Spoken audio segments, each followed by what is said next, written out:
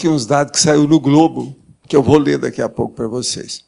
Agora, aqui, eu termino aqui dizendo, depois de falar de 20 categorias de reações antagônicas podendo surgir de maneira ambígua. Eu dou aqui, ó, tem várias são-logias. Então eu falo, antagonismologia ambígua é aplicada às pesquisas das manifestações pensênicas das consciências vulgares da Robex, ou ainda ignorantes quanto à vida cultural na sociedade humana. Você ainda mantém posicionamentos antagônicos ambíguos na vida intrafísica? Por qual razão? Agora, esse verbete é o 988, tem 3 páginas, 48 logias e 3 máximos. Quem quiser aumentar aí para a gente, pode mexer nos princípios e nos binômios, que faltam 2 aí, para inteirar 7 em cada um. Agora, sobre o caso, por exemplo, do nosso amigo Eduardo Said, ele era uma situação difícil a vida desse homem. Ele morreu em 2003. Agora, ele tinha uma grande limpidez e lucidez de raciocínio e uma perspectiva insubmissa. Quer dizer, ele não se submetia a qualquer coisa. Ele estava sempre fazendo crítica àquilo que precisava, mas com muita classe, muita educação, muita civilidade. Então, ele tinha, na verdade, dentro dele, as identidades múltiplas. Que isso aqui é importante, identidades múltiplas. Agora, ele, em qualquer lugar, ele estava sempre se sentindo deslocado ou fora do lugar. Ele era, ao mesmo tempo, palestino, que nasceu em Jerusalém, foi criado no Líbano e teve na Inglaterra, onde ele fez a formação dele. Depois, ele alcançou o passaporte americano e lecionava na Columbia University, que é das mais brabas que tem nos Estados Unidos, em Manhattan. Morava praticamente em Manhattan, mas viajava demais. Então, é o problema do telurismo, do arraigamento. É o problema que eu chamo sobre a interiorose. Então, antagonismologia ambígua, a gente não pode esquecer disso. Lembrar sempre que são esses que criam problema, que são as locomotivas, eles vão contra o discurso comum, a tradição, a língua comum. Então, isso é muito importante, saber daquele intelectual, como eles chamam, que é o fora do lugar. Entende? É aquela pessoa que está lá, mas ele está deslocado. Então, ele era bem óbvio nisso. E outra coisa, lutando contra, sempre, belicismo, a truculência, o processo da lei do mais forte, esse negócio todo, o tempo todo. Agora, com isso, teve gente que fez besteira, né? Eu mesmo quero colocar no jornalismo marrom, na bibliografia lá, um artigo do Nelson Asher, que ele escreveu lá na Folha de São Paulo, e inventou uma opção de coisa sobre Eduardo Said, só para combater. Agora, tudo é um processo de judeu, né? Combatendo o cara que é... Agora, então, o que foi? Os intelectuais brasileiros, dezenas deles fizeram um abaixo-assinado, e a Folha de São Paulo publicou isso, logo em seguida, dias depois. Aí, mas são dezenas, aqui eu tenho a listagem deles, é um monte. E esse livrinho aqui foi feito devido ao processo da crítica dele e os problemas todos dele.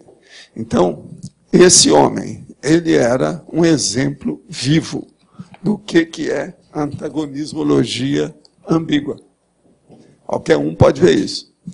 Agora, do ponto de vista da ambiguidade, nós não podemos esquecer isso que eu estou falando aqui há muitos anos, sobre a simetria da natureza. Então, o Eduardo trouxe aqui para mim o seguinte: Nobel de Física sai para o mecanismo que teria possibilitado que o universo sobrevivesse ao Big Bang. Agora, são as partículas subatômicas. Nambu, professor da Universidade de Chicago, foi reconhecido por ter descoberto o mecanismo da quebra espontânea de simetria na física subatômica.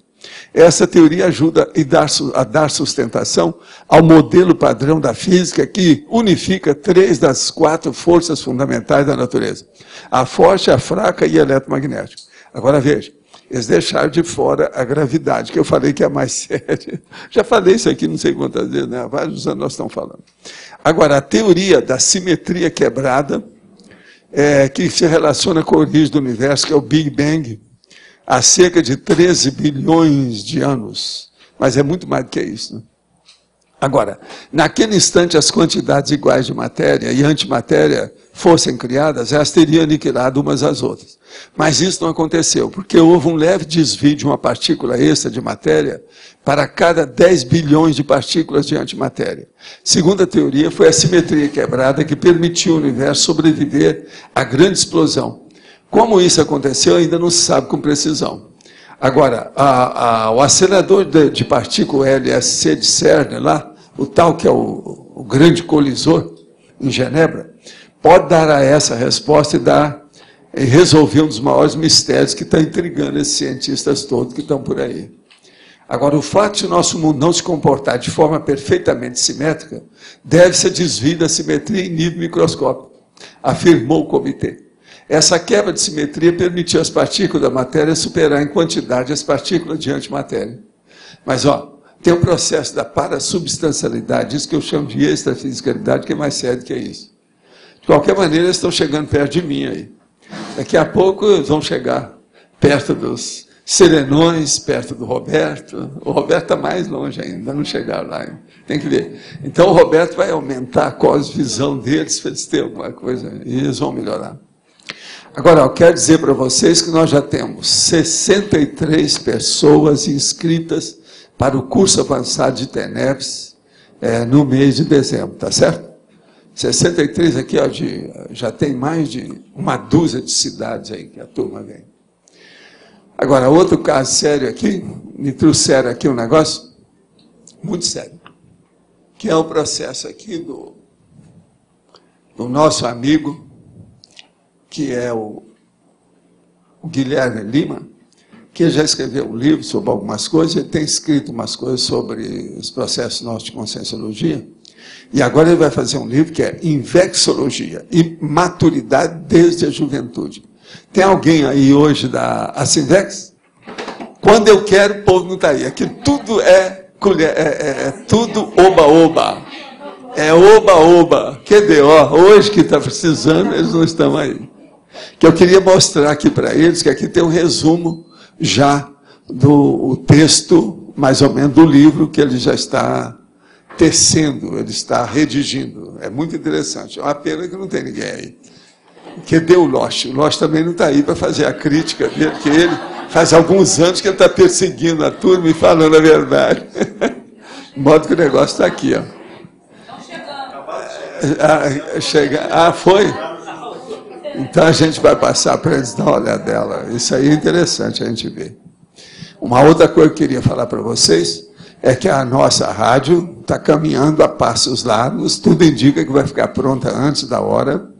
Ela vai ser, entende? Não vai demorar aqueles 5 meses que eu estava esperando, não. A coisa está caminhando. Hoje eu estive conversando com calma, com a Mauri. Agora, já estive falando também, a Graça vai fazer um programa na rádio, está entendendo? Sobre as coisas dela, que pode falar um monte de coisa sobre a conscienciologia, invexologia, hiperatividade, assistência, e também o processo da moda reparadora. Do jeito que tem a cirurgia, Roberto, tem a cirurgia estética e reparadora. Ela pode falar sobre a moda reparadora. Você está entendendo que é uma coisa que não tem. Eu acho que não tem programa nenhum com esse nome, esse título. Isso é eu que dei para ela, a sugestão. E ela vai topar de fazer o negócio. E é a cara dela, né? O jeitão dela com as coisas. Como ela está fazendo agora o curso sobre isso, dentro dos 4 anos é que ela vai se formar, agora que está começando. Ela pode ter mais autoridade para dirigir um belo programa disso aí, para clarear o povo, que é um processo de reeducação, né? A moda reparadora é a reeducação em alto nível. Não é a indústria da vaidade. Você está entendendo? É igualzinho eu entrei nisso para meter o pau. O povo acha que eu sou 100% favorável à cirurgia externa. Não, eu entrei por causa da reparadora, que era a coisa mais séria que tinha. Agora, a turma não entende, né? O nível que nós estamos. É o negócio da assimetria e de você estar em outro lugar. É o processo do deslocamento, aí no caso intelectual, mental somático, comunicativo, né? O caso é da comunicação. Você pode falar, você quer falar? Sou eu e a Kátia. A gente tem uma pergunta. Que é a seguinte, a gente não entendeu por que o Eduardo Said tem, na situação que você citou, é ambígua. Ele é ambíguo pelo seguinte, tudo dele era duplo, triplo, quádruplo. O homem nasceu em Jerusalém e era americano. Tudo dele era assim. Ele estava em New York, ele não era americano. Ele estava no Líbano, ele não era libanês. Ele estava em qualquer lugar, ele não estava. Então, ele vivia viajando. Mas agora veja, o universalismo dele é que nós temos que chamar a atenção. O processo da assimetria é uma questão de cosmovisão e universalismo. Você não acha que é? Então, antagonismologia ambígua. Esse verbete só tem 3 páginas. Isso aqui pode ser elevado a um monte, pode se colocar muito material aqui. Inclusive, longa bibliografia disso aqui. Tudo está para ser feito ainda é pouco. Agora, vocês teriam que ver esse livrinho aí do Eduardo Said. Esse seria bom. Seria bom vocês verem. Esse dele é coisa à toa, tem 100 páginas isso aí. E vale a pena ver, porque foi a turma que fez no Brasil para defender a memória dele. E vale a pena, porque tem um resumo da personalidade dele, como é que ele era. Eu segui esse homem durante muitos anos. Devido aos processos dele dos Estados Unidos. Eu descobri esse cara nos Estados Unidos quando ele estava começando. Então, muita coisa dele eu já li, tem muito livro dele hoje, inclusive no Brasil hoje já tem uma série, né, muito grande. Agora, outra coisa que eu queria falar para vocês, o Adorno está sendo publicado, todos os livros dele no Brasil agora. É só começar a falar nas coisas, os caras começam a se mexer por aí. Eu não sei por quê, porque o negócio é agora, desses dias. Vão publicar todos os livros dele em português. Agora, tem uma opção de besteira, né? Que ele escreveu um negócio sobre horóscopo lá, analisando os processos de horóscopo. Ele mexia em todas, o cara era terrível. Agora, hoje eles reconhecem que ele está certo na opção de coisa, porque na década de 70, eles eliminaram a memória dele, né? Eles deram conta nele. Agora, para mim, também tinha uma certa perseguição por ele ser alemão, né? Eu acho que era isso.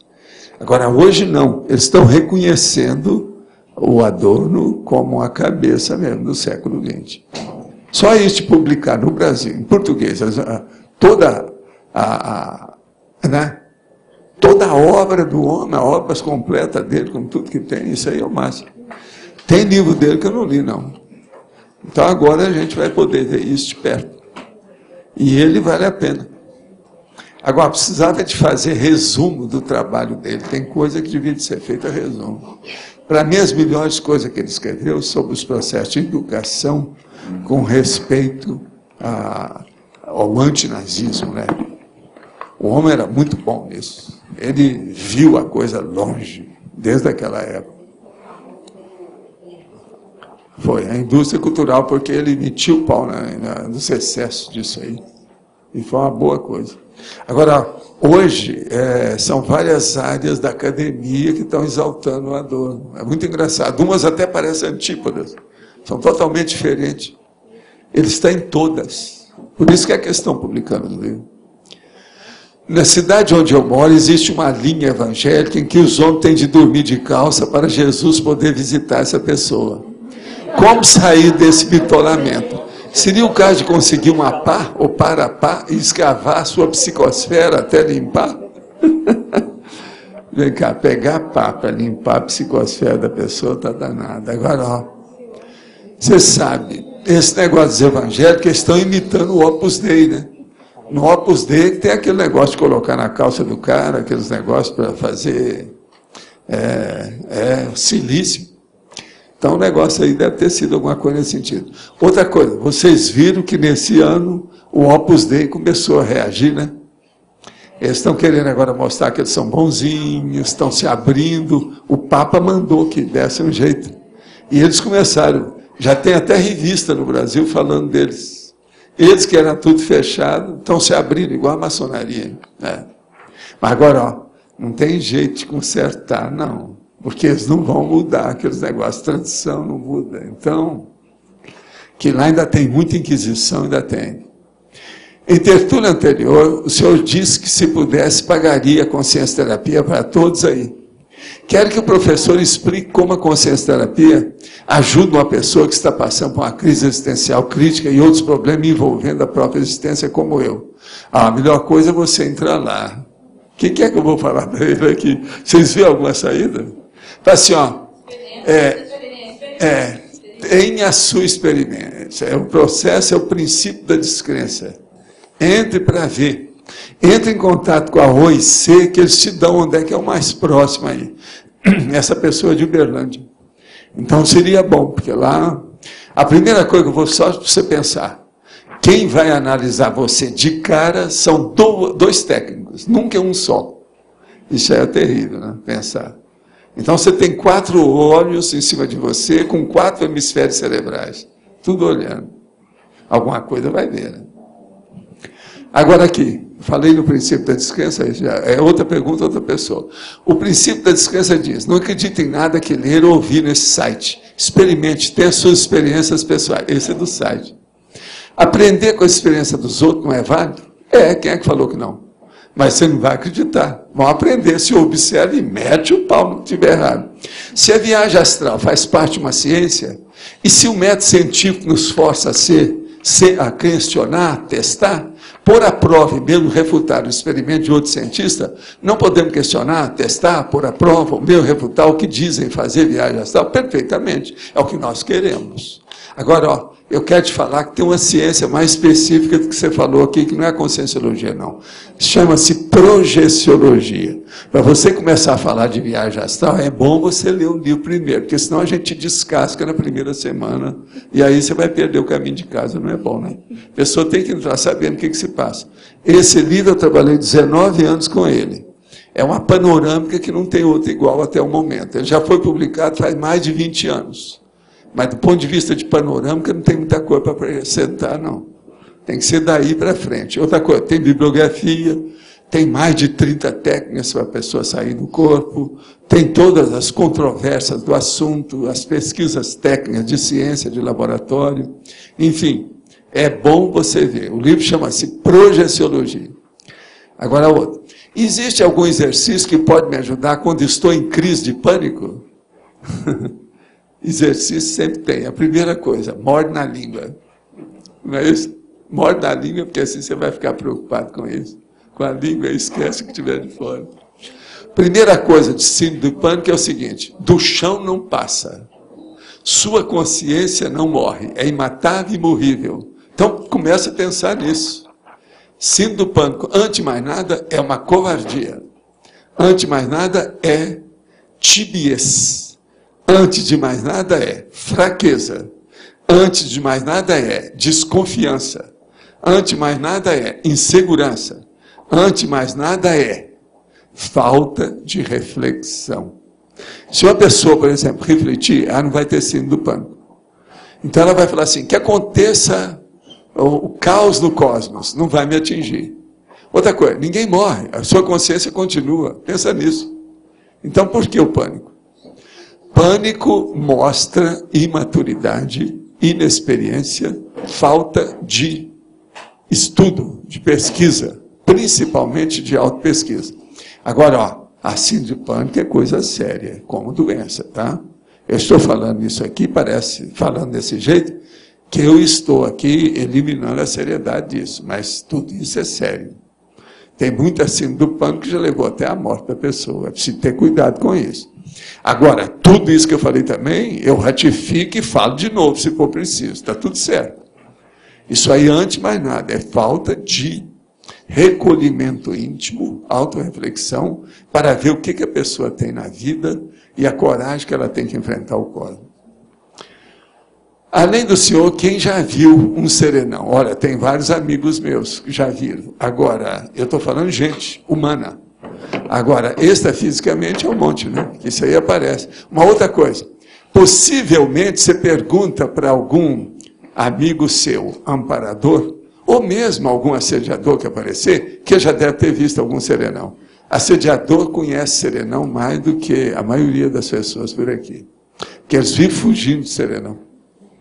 Viu o serenão aqui, acabou. Eles fogem mais do que o diabo da cruz, não é isso?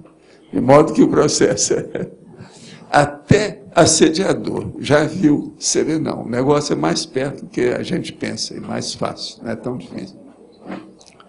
Agora, quem é que está aí com o micrófono? Tem alguém? Como é que nós estamos? Nessa questão da antagonismologia ambígua.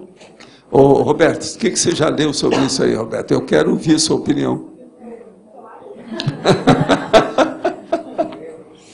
Quero ouvir, que esse aí é bravo. Vocês agora já tiveram um banho de loja de antagonismo. Não é possível que alguém vai esquecer isso. Agora, nós temos nos próximos dias, agora vamos estudar, são os bancos. Banco de tudo quanto é jeito para a pessoa dar um jeito. Não é possível que daqui não vai sair algum doador de alguma coisa, né? Depois de tanto banco. Você não acha? Nós estamos desbancando as pessoas que estão inertes, tirando a inércia, aluindo. Não, a crise sempre teve, né? Sempre teve crise, banco de órgãos, banco de sangue, tudo tem crise.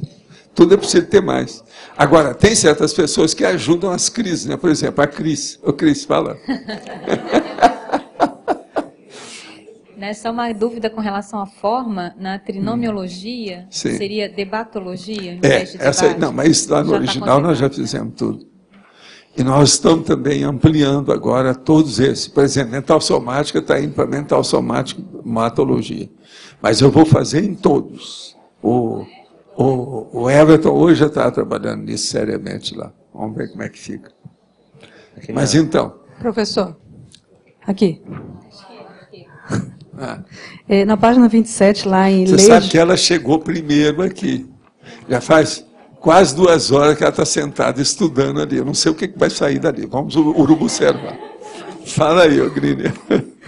Legislogia, eu não entendi aí as leis não cumpridas com relação a esse tema. Qual que é?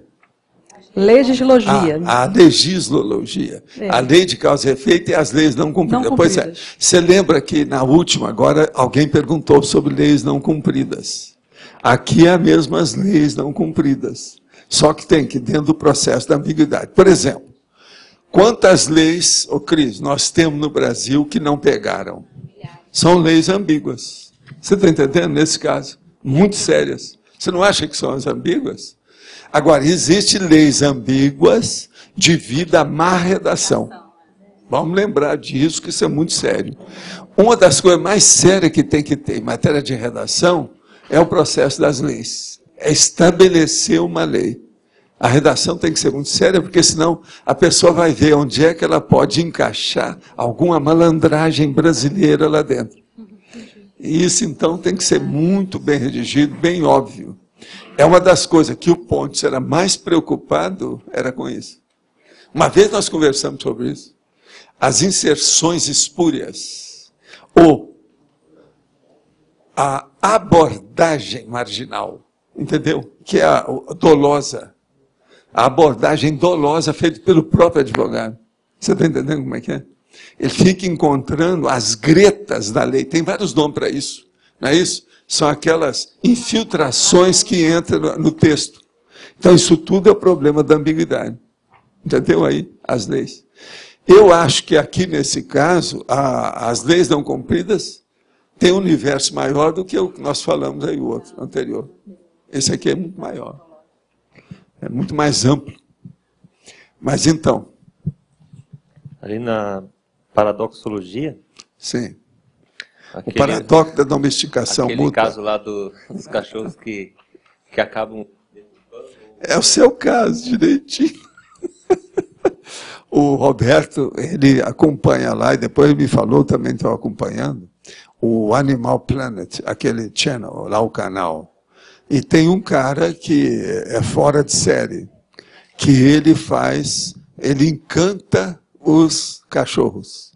Então o cachorro, tudo quanto é jeito, ele educa o cachorro junto com a pessoa, a família. Ele faz, enfim, uma psicologia de grupo familiar. E coloca... Mas não é isso que ele fez? Eles deviam de falar isso lá. Lá está faltando um psicólogo para dar uma orientação melhor ao programa. Ele tem muito mais valor do que aquele, está sendo desperdiçado com aqueles programas. que ele podia falar muito mais. E o homem entusiasmado, são desses que já foi cachorro recentemente, porque ele é doido com os cachorros. Sabe mexer com tudo. Agora, é fora de série as saídas, as soluções e os diagnósticos que ele dá. Olha, eu jogo a toalha, o cara é muito melhor do que eu para analisar o processo. Eu fiz, olha que eu já estudei muito isso, que eu chamo isso, que é a psicologia subhumana. Vocês sabem que eu estudei isso tanto, cheguei a publicar artigo, essa coisa toda, que a maior dona que estudava isso era de São Paulo, da USP. Ela me mandou carta pedindo dados das coisas que eu andei escrevendo há muitos anos. E ela era especialista no assunto. Ela escreveu o livro. O negócio é estudar psicologia animal. É tanto que eu já falei isso demais nas universidades, para ampliar essa cátedra, essa cadeira, essa disciplina nas escolas.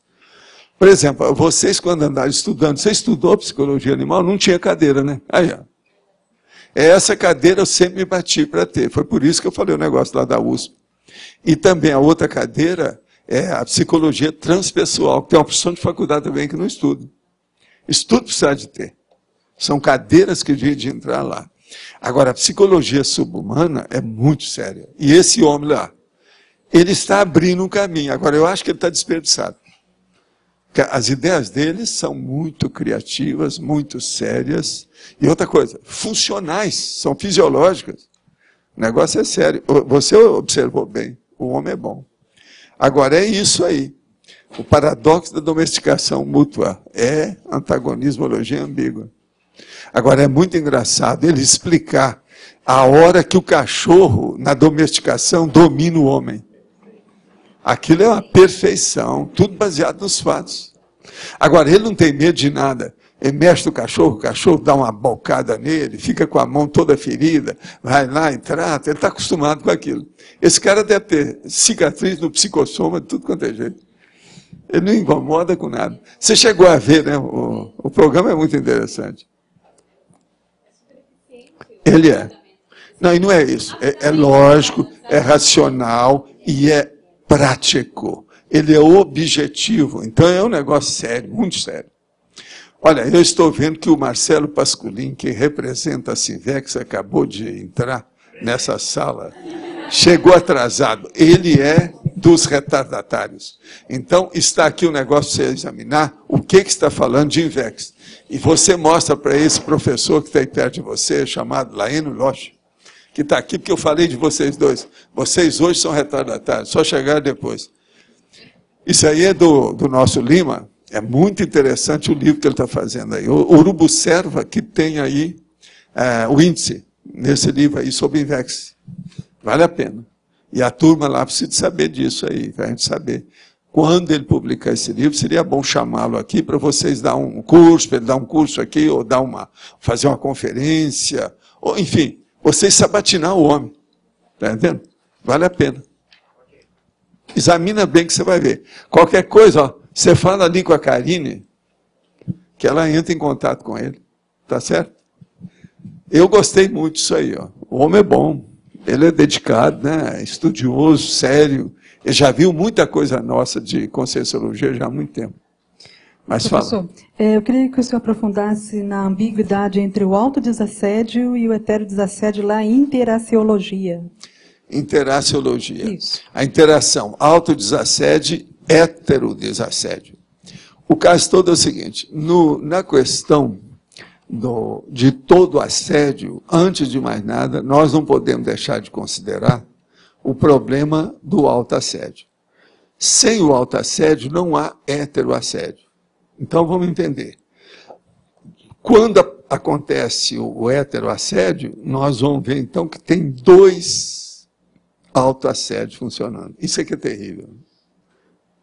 Pode ser que muitos de vocês nunca pensaram nisso. É a dupla de autoassediados. Vocês estão entendendo como é que é? Então veja, todas essas semi-possessões e possessões, o fator desencadeante é essa dupla. Você está entendendo como é que é? Então nós temos que lembrar o autoassédio daqui e o autoassédio de lá. Aquele autoassédio faz o heteroassédio que vai fazer uma vítima do outro. Então, o algoz, o autoassediado algoz e o autoassediado vítima. Está começando a entender? Aí já tem 4 personalidades bem constituídas dentro dessa duplologia de condições aí. Entende? São binômios, mas são duplas.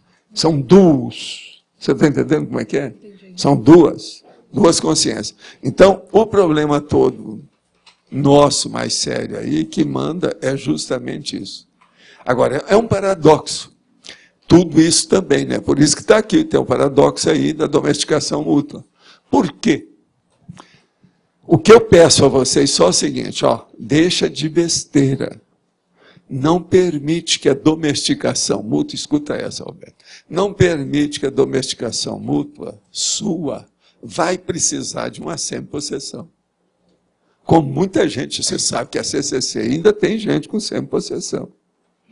Então, veja, essa domesticação mútua deve ser evitada. É a pior que nós podemos querer ter. Entende? Mas veja, você está começando a entender a domesticação mútua de um e outro? Aí tudo aí dentro. A situação toda é essa, não tem saída. Agora, é uma interação. O que é a domesticação mútua? É uma interação. Agora, veja, isso é um binômio. E outra coisa, o crescendo que tem é o erro e a correção. Isso é um erro. Com o passar do tempo, vai chegar na correção. Agora, ó, esse processo do detalhismo é muito importante. Joga uma sessão dessa com a outra que fica mais claro ainda para você. Entende? É só consultar aqui. Só ver como é que é.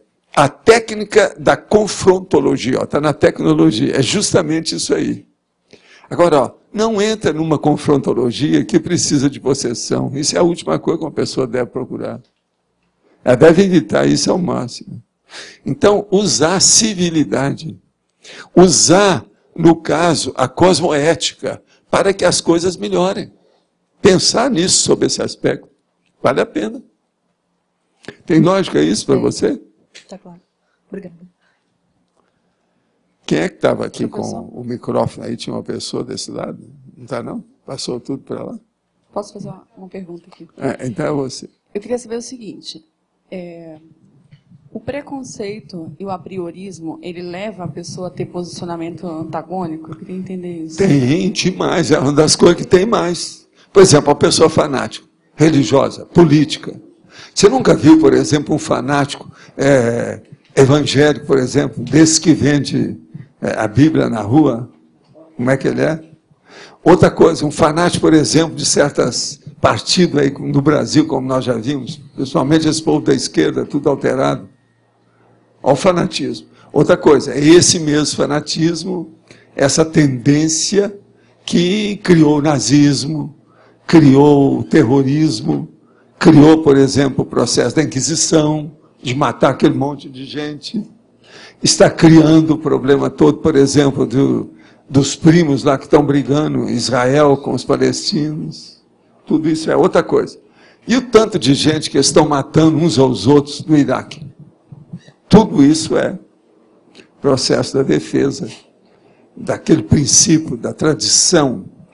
Então nós temos que mudar os paradigmas que a gente tem. A falseabilidade, então, da teoria, ó, eu estou falando isso, ó, teoriologia. A falseabilidade da teoria, a teoria do caos. Tudo isso é necessário. Agora vocês sabem que quando eu falo teoria do caos, equivale àquilo que eu falo da crise de crescimento, tá certo? O caos, ele existe no cosmos, por causa da ambiguidade. Vocês estão entendendo? Mas fala. A profilaxia, para a pessoa não ter esses posicionamentos assim, antagônicos, é a pessoa... Ela não ser radical em nada e está pronta para sair do bloco. Ela não pode também ser exagerada, ela não pode ser multívola. Você já viu aquele meu verbete que eu falo sobre a consciência multívola? Ela não pode estar instável, não é isso. Mas ela está preparada para fazer uma reciclagem imediata, instantânea. Isso é que é o melhor. Essa necessidade de, vamos dizer, de estar firme e ao mesmo tempo renovável é difícil. Agora, isso aí segue aquele princípio antigo do Oriente. Você tem que viver como se o seu corpo fosse viver para sempre. Então você tem que defender seu corpo. E estar preparado para morrer, como se você fosse morrer daqui a alguns minutos. Isso é o processo da mudança do bloco. Então a pessoa que é muito arraigada a um processo, ela tem uma âncora que está fixada, e ela não puxa essa âncora nunca. A raiz dela não deixa ela sair do lugar. Ela vira vegetal. O que é a árvore? A árvore é isso, é um vegetal, não sai do lugar. Ela até produz, do jeito que uma árvore produz, mas não é a mesma coisa. Nós não somos mais vegetais. Nós temos perna. A árvore não tem perna, ela tem raiz. É uma coisa muito interessante isso, né? Tem pessoa que acha que as pernas dele são raízes. É aí que está o erro de tudo. Se uma pessoa começar a mudar e ter perna em vez de raiz, tudo melhora com ela. Agora, então, todo enraizamento, que é o que eu estava lendo aí do Eduardo Said, o arraigamento, ele tem que ser breve. Aquilo é um cometa que passou, é uma estrela. Aquilo tem que ser fugaz. Por isso que toda hipótese, toda teoria tem que ser fugaz. Ela não tem. É aquilo que a gente chama, por exemplo, existem produtos que eles são duradouros. Tem outros que duram pouco. Tem comida sua, se você não comer na hora, você tem que jogar fora depois. Tem comida que nem a geladeira, nem o congelador não segura bem, não fica bom. Entende como é que é? Então, essa instantaneidade, essa fugacidade, a gente tem que colocar na cabeça da gente. Então, por exemplo, olha aqui, ó. Algum de vocês pode estar pensando hoje que a conscienciologia estratificou tudo. Pronto. Ela pacificou e criou tudo. Ela concretou a realidade. Não é assim, não. Ela concretou a realidade deste momento evolutivo. Daqui 5 minutos pode ser que a gente vai mudar tudo. Tudo é instável, mas lógico. Não pode ter uma estabilidade da pessoa que tem, por exemplo, aí, ela é afadigada, ela é precipitada, ela tem uma incoerência no tempo e no espaço. Ela não para com nada, não é isso. Está entendendo? Então o problema nosso é devagar e sempre. Mas esse devagar tem que mudar toda hora.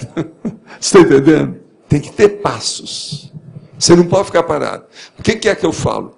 Uma pessoa, se ela estacionou, ela está regredindo. O verbo estacionar, ele não diz respeito à consciência. O preferível é dizer, regrediu. Se uma pessoa não caminhou, ela regrediu. Não tem jeito, esse negócio de estacionar é bobagem. Na prática, isso não funciona. Agora, veja, Karine, se isso faz sentido para você.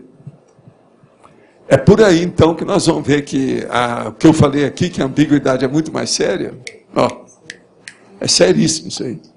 O preconceito e o apriorismo é uma forma da consciência, ela defender o próprio ego, é a neofobia? É o problema dela poder sobreviver. Mas agora, na hora que ela endurece com isso e fica empedernida, ela então começa a estacionar. Se ela estacionou, ela regrediu. Então ela tem que ter ela sempre tem que saber que ela está aqui, mas está preparada para sair. Ela está sempre num eterno stand-by. Ela está observando qual é o próximo passo. Nunca ela está imóvel, inerte ou cadaverina. Está entendendo? Não é um tronco furado que está jogado em cima das folhas. O problema é a vitalidade. Então a verdadeira vitalidade é a movimentação, é o dinamismo. Por exemplo, o Moacir, ele fala sobre parapsiquismo, dá curso sobre isso. Como é que chama? Dinâmica. Dinâmica do parapsiquismo. Porque sem isso não adianta. Agora, o que é que esse povo do Prêmio Nobel da Física que eles ganharam? Qual é a próxima dinâmica dele? É entender o processo parapsíquico que está faltando. Eles estão com a dinâmicazinha pequenininha, né? Agora precisa de ampliar isso aí, dá um jeito. Agora aqui outra pergunta. Já tive 2 projeções lúcidas, mas quando estou lúcido, apesar de descoincidido, não consigo sair. Gostaria, se possível, de uma dica. Olha, eu te conheço, sei das suas coisas. Ainda é cedo para isso. Você tem que ficar mais tranquilo. Você precisava de fazer mais uma série de imobilidade física, vejo, até o negócio ficar sério. Agora, ó, com isso eu não estou falando para você parar de escrever, não, pode escrever. Esse é dos meus habituês, ele é perguntador diário. Pode continuar perguntando que nós vamos em frente. Em exemplologia é citada a antagonismologia ambígua avançada. Poderia ampliar um pouco esse item ao falar murista de comportamento intencional e habitualmente ambíguo. Então vamos ver aqui, na exemplologia, o que é que eu estou falando? Antagonismologia ambígua básica, o estudo do comportamento hesitante da pessoa imatura, inexperiente e insegura. Isso é o resumo de tudo aí, da maioria das coisas. Isso aí diz respeito a Robex, de respeito à massa humana impensante e outras pessoas mais. Antagonismologia ambígua avançada, o estado do posicionamento do humorista de comportamento intencional e habitualmente ambíguo. Quer dizer, esse é o patológico, é um dos piores que tem. Então é aquela pessoa que fica em cima do muro e que não decide nada. E ele ainda vira, ainda como falar para amá-lo, e amá-lo subiu subiu pela parede, que fala assim, não, eu sou universalista, eu não sou ambíguo, não sou murista. Mas veja, isso aí é forçar a barra e está tudo errado, né? Então veja, é uma falácia. E amá-lo aguentou isso lá, mas falou, colocou a pessoa no lugar, que era o jeito. Então, esse processo negativo é um fato. Uma pessoa, por exemplo, que ela nunca se define, ela não arranja um posicionamento, esse é um dos piores tipos de ambiguidade que tem na vida. Na vida nós temos que saber. E não é só saber igual a menina que você pergunta, qual a cor que você gosta? Ela fala assim, o azul. Sempre ela sabe o que é, né? Que tipo de vestido que você usa mais? O meu é de saia curta, qualquer coisa, né? Isso aí é fácil. Agora eu quero ver são as coisas básicas da vida, né?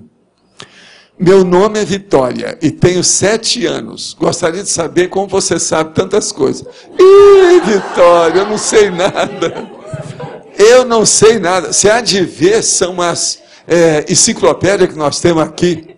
Um dia você deve aparecer aí que eu vou te mostrar as enciclopédias que tem. Lá é que tem troço que a gente precisa de saber. Eu não.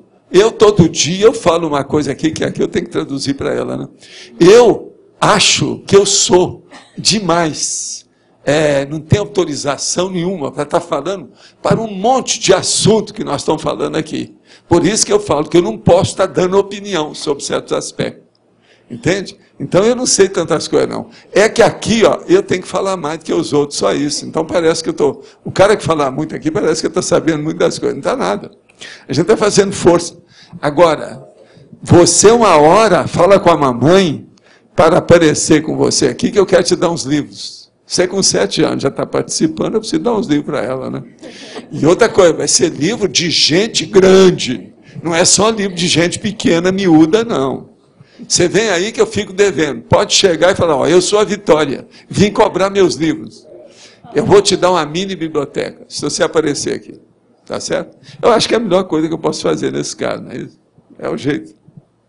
E qualquer coisa eu peço para a minha chefa lá, a Gisele, que ela olha o meu armário, o que é que tem, e vamos colocar lá as coisas para frente. É o jeito. Mas pode falar, ó, Rosa.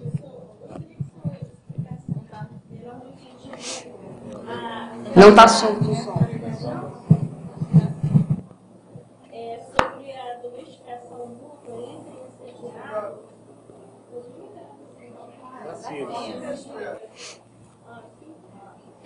A domesticação mútua entre assediados. Aumenta isso aí, gente. Deve ser desse lado. Está o máximo, é? Então é o micrófono. Que tal a gente comprar mais uns 10 micrófonos? A hora que tiver um, pega o outro. Não tem jeito, não? Estava desligado. Ele está funcionando, estava desligado. Ah, estava desligado, é? Então tá.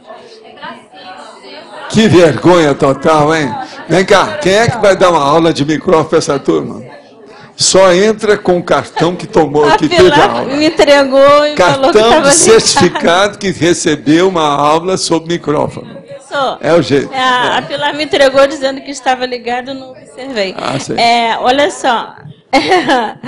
Sobre a domesticação mútua entre assediado e assediador, quando você coloca assim, não permitir que se transforme numa semi-possessão. Queria que o senhor pudesse explicar melhor esse processo. Olha, tem muita gente aí que ainda tem semi-possessão. Aquela pessoa, por exemplo, que começa a ter um pensamento negativo e ela dá trela para aquilo. Ela vai ampliando, aquilo vai aprofundando. Daí a pouco ela está há horas pensando naquele processo negativo. Raramente uma pessoa que está com um processo negativo desse não caminha ou já não está na semi-possessão. Agora, isso são surtos de semi-possessão. Entende? Isso é muito mais comum do que a gente pensa.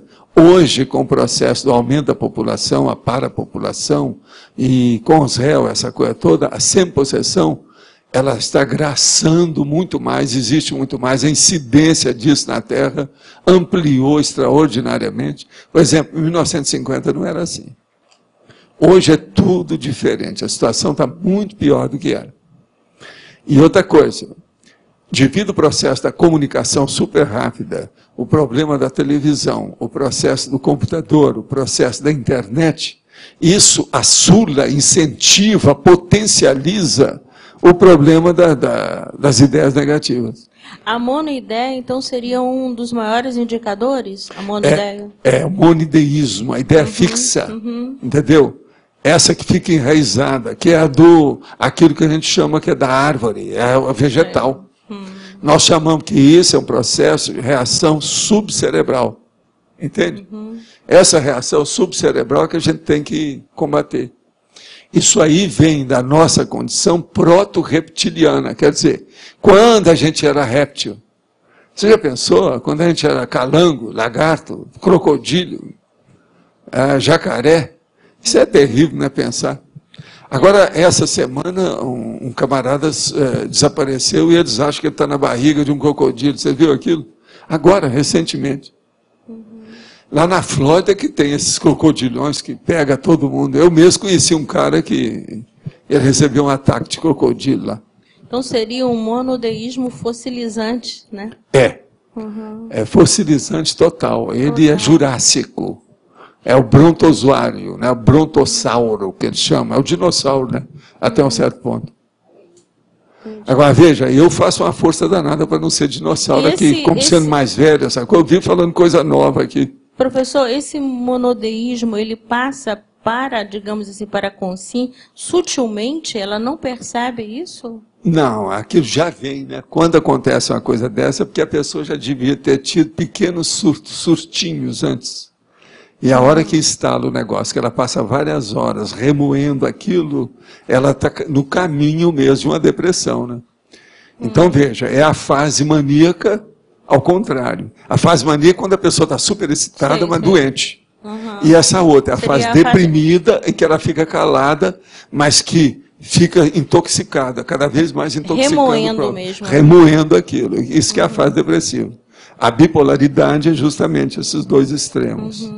Que é o processo dual da bilateralidade, aquilo que a gente fala aí em alguns dos verbetes que nós falamos. O nome disso antigamente era psicose maníaco-depressiva. Eles tiraram, porque bipolaridade é uma palavra mais bonita, né?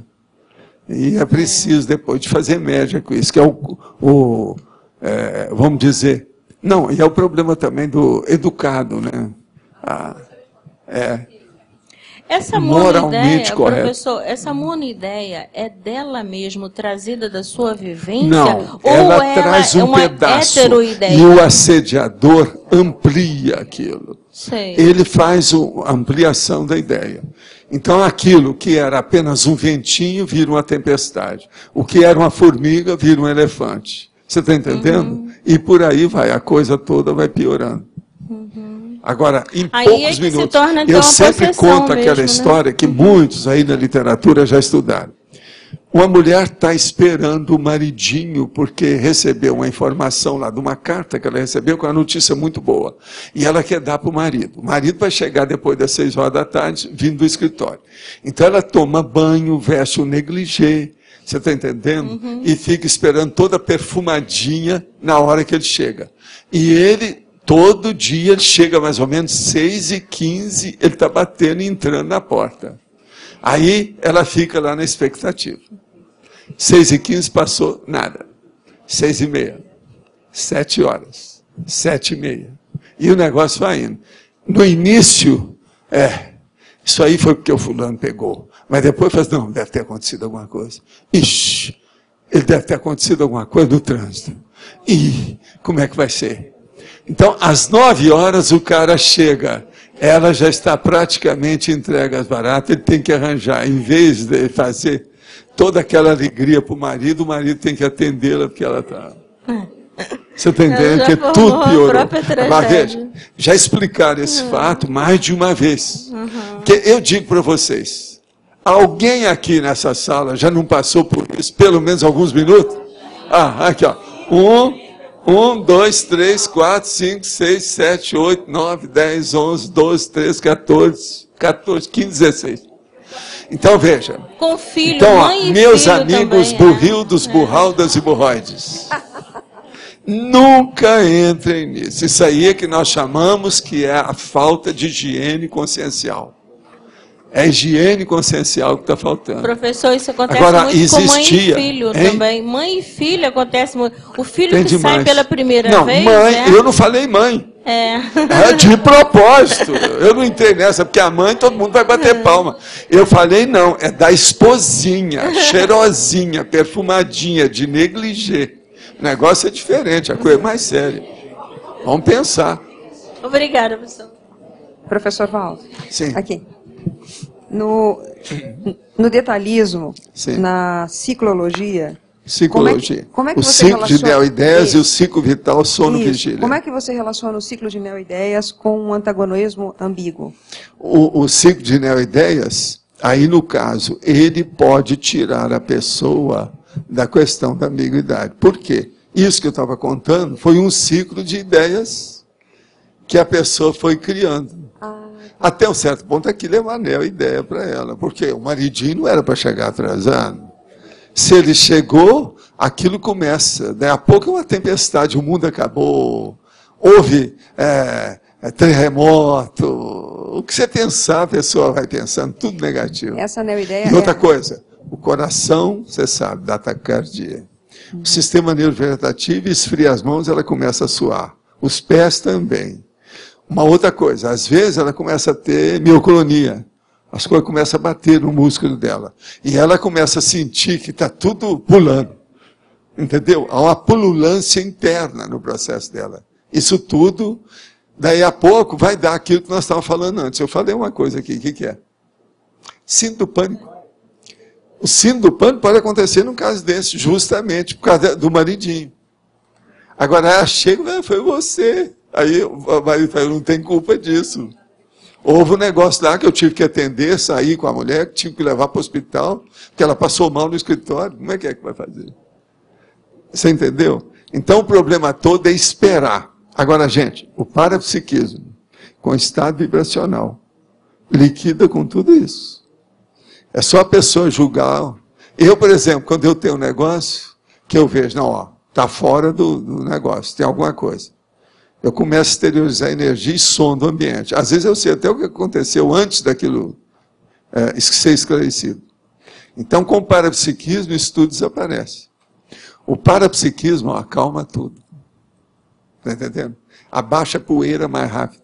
Para tudo. Tudo então, é assim. Essa saída para você mudar de bloco, vamos dizer assim, né? Mudar de bloco. Mudar de bloco. Você... Eu gosto muito de usar essa expressão, mudar de bloco. Você já viu falar aí muitas vezes. Então, você vai usar, o recurso estar atento para a condição do parapsiquismo e usar o estado vibracional. É isso. É o jeito. Oi? Controlar o pensamento, a pensanização. O problema todo é você regrar a autopensanidade. Esse é que é o caminho. Mas fala. O tema central é neutro, né? É. Então tem uma parte positiva aí na antagonismologia ambígua? Sempre tem. Tem. A antimaternidade, por exemplo, é positiva. Aquele negócio do Eduardo Said que você falou. Também, olha o problema dele, também é positivo. Tá. Tem aquela coisa que você tinha dito há bastante tempo atrás da análise e síntese. Análise e síntese. Análise e síntese. Isso aí é que você vai aumentando cada vez mais. Vai ficando cada vez mais amplo. É uma reação em cadeia intelectiva, ideativa. Esses pontos que geram depois de uma síntese, geram um conteúdo ali. Gera. E outra coisa, gera quase sempre uma crise de crescimento.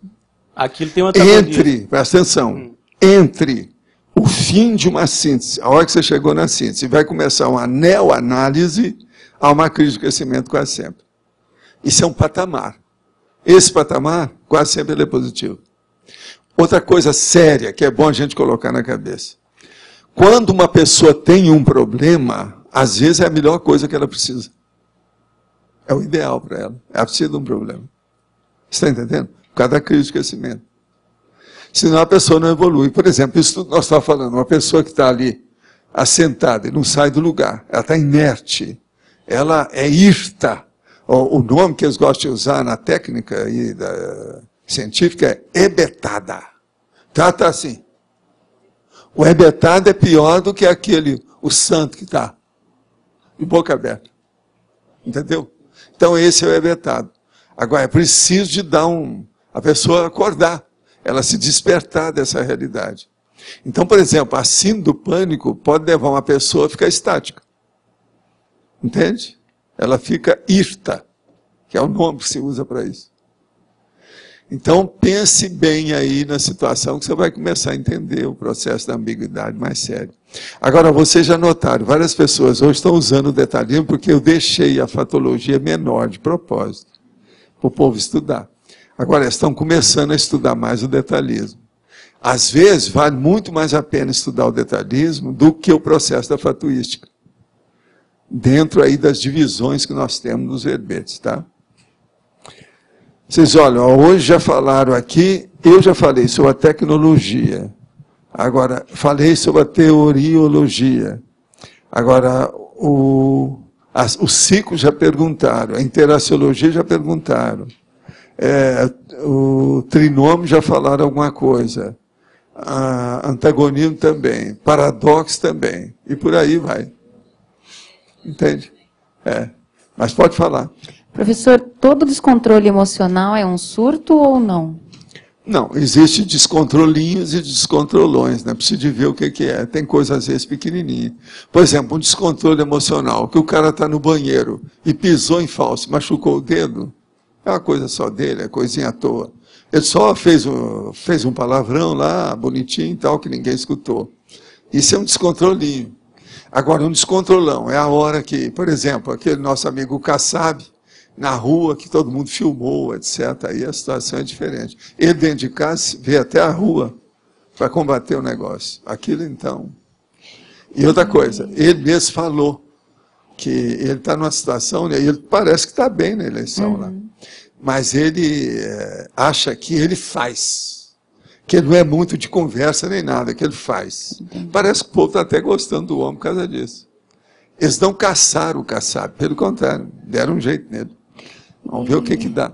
E, professor, qual seria o fator mais determinante da imperturbabilidade íntima? E perante as próprias situações de vida? A imperturbabilidade é um processo, o fator principal é a cosmoética, né? Agora, isso é o problema da serenologia, né? Mais avançada que tem, é a cosmoética. Cosmoeticologia, como eu chamo, entende? Agora, veja, o nome correto disso é incorruptibilidade. Então, a incorruptibilidade é aquela pessoa que tem uma retilinearidade do pensamento o tempo todo, permanentemente. Aí a coisa muda de figura. E essas coisas também não vão ofender a pessoa, está difícil funcionar com ela, não é? Mas fala. Nesses casos assim de possessão, de semi-possessão, qual que seria a reciclagem que a pessoa teria que fazer? O ideal é a consciência terapia, né? E o mais depressa possível ver.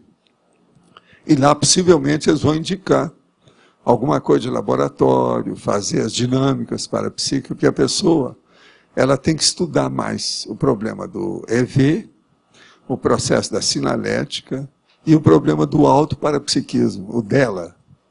Isso, através das dinâmicas, por exemplo, pode ajudar muito a pessoa, que ela tem que ampliar as autodefesas energéticas dela.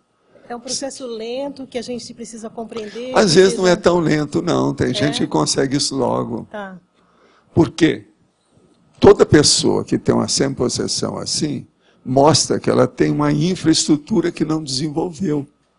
Mas ela já deve ter mexido com muitos processos de parapsiquismo em vidas anteriores. Então, se aquilo for detonado, pode ser que ela caminhe mais rápido, ela queima etapas. Isso tudo é possível, entende? É um caso para pensar. Ela queima etapas.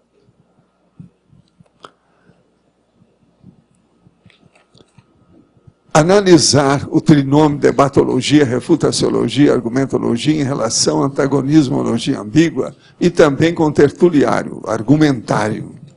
Isso é o Arlindo que está perguntando. Quem é que quer analisar aqui? Está aqui. Quem é? Algum de vocês? O Adélio não está aí, não? Vir analisar? Hoje não tem ninguém, está vendo? Mas o caso todo é o seguinte, ele quer estudar debatologia, refutaciologia e argumentologia. Quem é de vocês que quer falar alguma coisa? Seria bom um de vocês falarem. Afinal de contas, é o Arlindo, não? Aí, nós estamos sentindo sua falta aqui. Estão falando isso aqui, ó, tá vendo?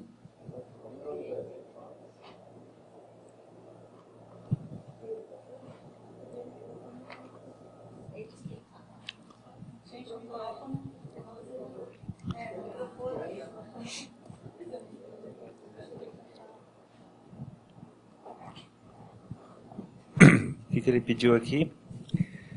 Eu acho que a questão do tertuliário vai reforçar esse trinômio aí, porque ele é o refutador, a refutaciolândia. Esse aqui é o tertuliário. Agora, eu acho que para ele o que pega é que o debate, às vezes, ele fica... ele mexe no sistema nervoso dele. Nele. Isso aí é que debate, é o X dele. A gente vê pelas... Agora, o processo do Arlindo é o seguinte, lá no debatódromo, lá no tertuliário, quando tiver, eu quero colocar ele bem perto de mim, porque qualquer coisa eu faço, sossega, Leão, calma. Que é o processo italiano. Mas eu lembro uma vez a gente fez um curso, a Conscienciologia em Debate, a gente foi conversar na sua casa, lá no Rio ainda, e as dicas que o senhor deu sobre esse curso. Eu lembro que o senhor comentou que no debate é preciso, e às vezes, haver uma exaltação. Tem que ter. A eloquência. Mas a pessoa tem que manter-se calma dentro. E outra coisa, ela não pode tremer. O problema todo é esse. É essa a diferença que eu vejo que as pessoas não têm. Elas acham que começou a discutir e falar alto, já está assediado, já tem alguma coisa errada. Não tem. Se eu não fosse veemente, gente, vocês não estariam aqui. Você já pensou? Eu sempre mostro esse negócio. Se eu falasse, pois é, a conscienciologia é muito importante, viu? Olha, meu filho, é muito importante. Aí ele fala assim, olha aqui, ó, você vai para aquele lugar, toma vergonha na cara, vê essa realidade. É isso aí. Essa veemência que é. E outra coisa, bater na mesa conforme a hora. Você não está batendo nas pessoas, mas na mesa pode se bater. E outra coisa, ser irreverente. Porque senão você já pensou? Pois é, senhor professor Lodge. E outra coisa, com pausa. E falando baixo. Meu nobre colega, data vênia. O senhor comentou da postura hierática, né? Hierática que é. A pessoa nem chega perto, não pode nem tocar. Filho intocável. Você já pensou? Agora não, eu vou ficar no meio lá, que todo mundo pode cuspir lá de cima em cima, quer dizer, é um problema difícil aí. Eu, qualquer coisa, eu ponho lá uma defesa. Se houver cuspida, vou arranjar um guarda-chuva lá. Entende? Alguma coisa tem que ser colocada. O que é isso? Que negócio? É uma redoma. Entende? Mas olha, é isso mesmo, o processo aí do debate. Agora, nós temos muita coisa para estudar. Esse debate do debatódromo aí, do tertuliário, vai ser muito interessante. Vai ter muita coisa nova para a gente ver. devido ao processo da conjugação labiríntica, que ali é um labirinto sem ser, mas é o processo da redoma, o processo redondo, é muito mais sério. Por exemplo, uma coisa é você ter um anfiteatro, que é a metade do teatro. Outra coisa é você ter o teatro inteiro, que é o 360 graus. Ali é o 360 graus. É coisa muito rara. Eu nunca estive num totalmente 360. Sempre tem uma parte que não é. Agora, isso é importante devido à conjugação holopensênica dos pensênicos. E o senhor tem comentado também um aspecto importante do tertuliar é o aspecto da conscienciocentrologia. Na realidade, quem vai estar no centro é a conscienciologia em debate, né? Eu sou apenas aquele que representa. Eu faço assim, eu quero fazer, veja bem, as pazes, a concórdia e estabelecer a trégua entre os gomos da laranja. Lá nós vamos ter 4 gomos, vocês estão entendendo? Que são as sessões, são 4 sessões. Olha lá, aquilo lá, ó. Eu tenho que fazer o negócio, porque ali vem os partidos. Tem a turma do Flamengo e a turma do Botafogo. Então a gente tem que dar um jeito. Entende? Então tem que dar um jeito. Tem que estabelecer e fazer a concórdia entre os gomos. Então aí vai fazer de gomos, vai virar o quê? Grumo. Que é a hora que junta. Você está entendendo? É o grumo. Depois vira o sumo. Depois nós vamos tirar o sumo, que é a laranja que sai amarela, que é o negócio aí do tertuliar. Você está entendendo? A laranja é isso. O que vocês querem? Então, veja. Olha o processo cítrico da situação aí. Agora, eu tenho que espremer o cérebro de vocês para ver se sai o sumo. Vamos dar um jeito. Agora, através disso, tem que ser em paz, porque senão não vai funcionar bem, né? Não dá, né? Professor. Sim. Aqui. Aonde que é? Aqui. Pode falar. Na taxologia, podemos falar o ponto 9, antimetodologia? Na taxologia, a antimetodologia é o número 9. O que você quer? Justamente eu quero aprofundar esse conceito de antimetodologia. Sim, o processo é o seguinte. A antimetodologia, ela já foi estudada demais. Se vocês já viram as questões, por exemplo, da ciência, tem aquele Feyerabend. Alguém aqui já leu as coisas dele? Que ele escreveu um livro, que nós temos tudo aí na Holoteca, contra o método. E tem outros também que andaram escrevendo, por exemplo, aquele livro que juntaram vários psicólogos para estudar o Lacan, que é o processo também da metodologia dele, com a situação toda. Então, as imposturas intelectuais, que é o nome do livro. Esse também vale a pena a pessoa ver. É o processo da antimetodologia. Eu, por exemplo, na hora que eu me tornei mais dissidente do espiritismo, eu procurei uma antimetodologia do processo da religião. Porque a religião não tem muito método, ela tem dogma. Então, o método dogmático não presta, ele não é um bom método, que é a dogmatologia. Então, eu procurei ficar na antimetodologia. Então, a antimetodologia é isso. Ela pode ser positiva e pode ser negativa. Por isso que o processo aí é neutro, é uma ambiguidade mesmo. A ambiguidade, lá no fundo, ela é neutra, né? Vocês sabem disso, né? Tem que ser neutro. Se eu trouxesse aqui qualquer coisa que não fosse, vocês iam falar, está errado, e vocês teriam razão. Então, a ambiguidade é assimetria. Agora, a assimetria mostra sempre uma coisa que parece esdrúxula ou teratológica, mas não é. Então, vamos entender bem. Quando você fala um processo assimétrico, a pessoa pensa, é um troço esdrúxulo, é um troço diferente. Isso pode ser teratológico, quer dizer, é monstruoso, mas não é. Tudo na vida é assim. Por exemplo, uma ideia nova. Vocês querem coisa mais assimétrica e teratológica do que uma ideia nova? No entanto, é uma teratologia bem-vinda. Por quê? Ela está trazendo luz, está trazendo esclarecimento. Eu não sei se está mais ou menos claro aí para você. Está claro, Oswaldo? Mais ou menos. Pois é. Não, o que acontece é que eu me baseio muito na metodologia. Sei, mas toda metodologia sua é falseável. Você admite? Sim, logicamente. Então acabou, é isso. O processo é esse. Escuta, a dinâmica eu sou um cara metódico, então? aqui, escuta, aqui, já que você falou o seu, olha o meu. Eu sou metódico ou não? Sim. Você conhece alguém mais metódico do que eu em matéria de conteúdo e forma? Tá difícil, hein? Quem é que você conhece? Não, tudo bem, justamente Divido o meu processo de usar a forma e o conteúdo simultaneamente. Justamente... Porque a maioria é metódico no conteúdo. O outro é metódico na forma. O filólogo é na forma. Já o cientista puro da física é no conteúdo. Agora, eu não. Eu procuro estudar a consciência, que em si, ela é bem, aparentemente, abstrata, de uma maneira conteudística e formal. Então, essa metodologia é a pior que tem, a mais difícil. Bom, justamente o que eu defendo é a dinâmica da metodologia. Sim. Ou seja, no sentido de que tudo pode ser... Ela é instável. É exatamente, uma coisa que tudo pode ser melhorado. Pois é. Certo? Mas agora, existe a metodologia que você tem que combater. Porque se nós não combatermos essa metodologia da ciência convencional que está aí, que está, vamos dizer, totalmente anciã e fóssil, nós estamos perdidos.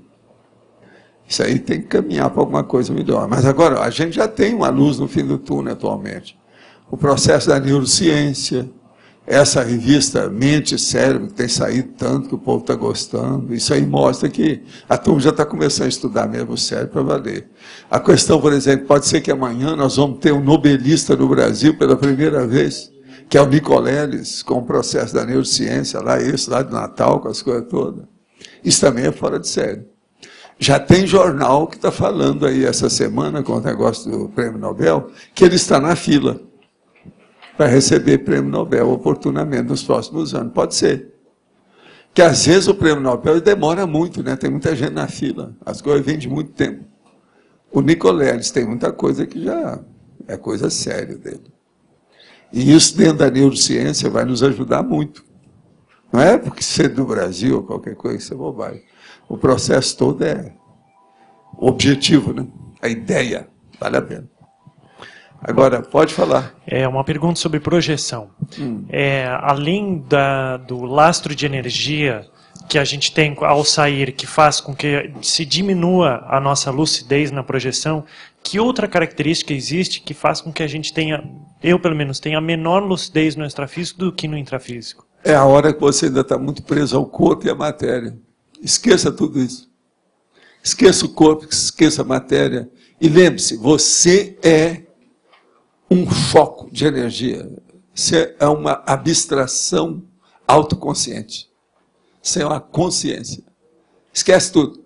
Agora pensa, você não tem nariz, você não tem sua carteira. Pensa bem. Eu falo em carteira porque é um negócio que eu mesmo já entrei nessa. Eu já caí de 4 nisso aí. A hora que eu vi que o cara estava com um revólver esperando o outro para fazer o assalto, eu na mesma hora levei a mão para a carteira. Eu estava fora do corpo. Quer dizer, aí eu falei, Valdo, que isso? Que vergonha. Agora veja, é uma para-ruborização. Meu psicossoma ficou vermelhíssimo, de vergonha. Então, essas coisas ocorrem nas melhores famílias. Agora, você vê o que é a psicologia e o que é a parapsicologia, a psicologia de fora do corpo. Agora, Valdo, nessa questão da projeção, o que eu vejo que há, pelo menos no meu caso, há maior facilidade de uma orientação autopsíquica e uma dificuldade maior na orientação alopsíquica, de saber onde está, que tempo é, etc. É assim? É assim sempre. É assim sempre. Agora, ó, você acumulando as experiências, as vivências e fazendo um registro disso, essas coisas ficam mais fáceis. Não é tão difícil assim, não. Agora, a coisa toda séria, Marcelo, é o seguinte, se milhares conseguem isso, você também consegue. Pensa desse jeito. Você vai superar o processo. Agora, depois que passar uma temporada, que você vê aquilo, tudo isso vai diminuir também a importância para você. Você vai ver outras coisas que são objetivos maiores, muito maiores. Então, o que a gente nota é o seguinte, um projetor consciente, com o passar do tempo, ele é que se torna o melhor conscienciólogo.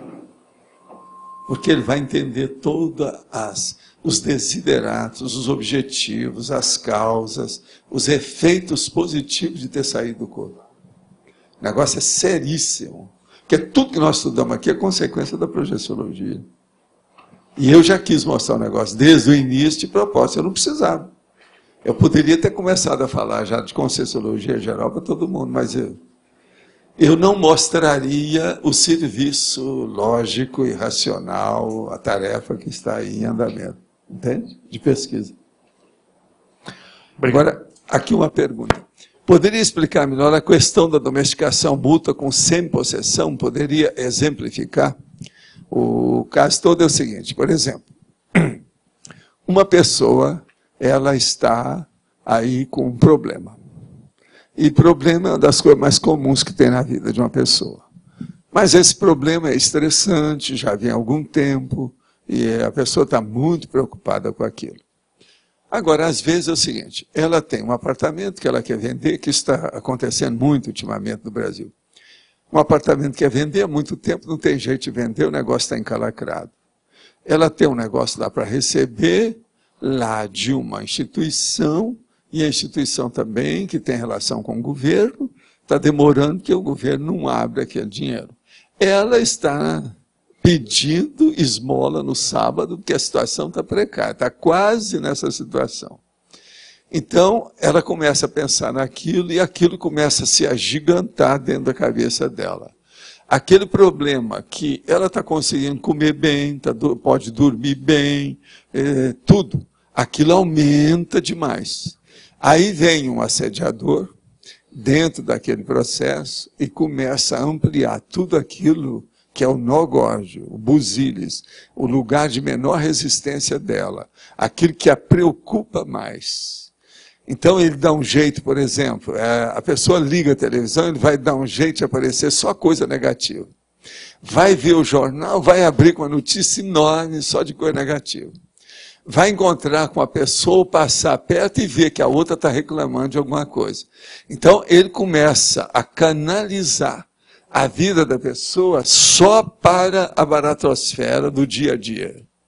Com isso, então, vocês já viram a situação. Vai chegar num ponto, então, que ele domina a pessoa em matéria do paracérebro dele, já tem uma entrada, que é o chamado xenopensene, que é o pensene extra, o exopensene, o de fora, o xeno, o estranho. Aquilo, então, se infiltra. Aí dá uma simbiose com a pessoa. Ele, então, já pode quase que incorporar naquela pessoa. Isso aí é psicofonia. Daí aparece a possessão e outras coisas mais. A semi-possessão é o meio caminho disso aí. Poderia apresentar as utilidades em relação à antagonismologia no desenvolvimento da parafenomenologia? Sim. Todo fenômeno parapsíquico diz respeito a fenômenos intrafísicos. Vamos entender bem. Você vai falar, não, mas o que é que tem que ver? Sempre tem, por causa do processo do corpo. Todo parafenômeno tem alguma relação com algum fenômeno que ocorre diretamente com os nossos processos do corpo.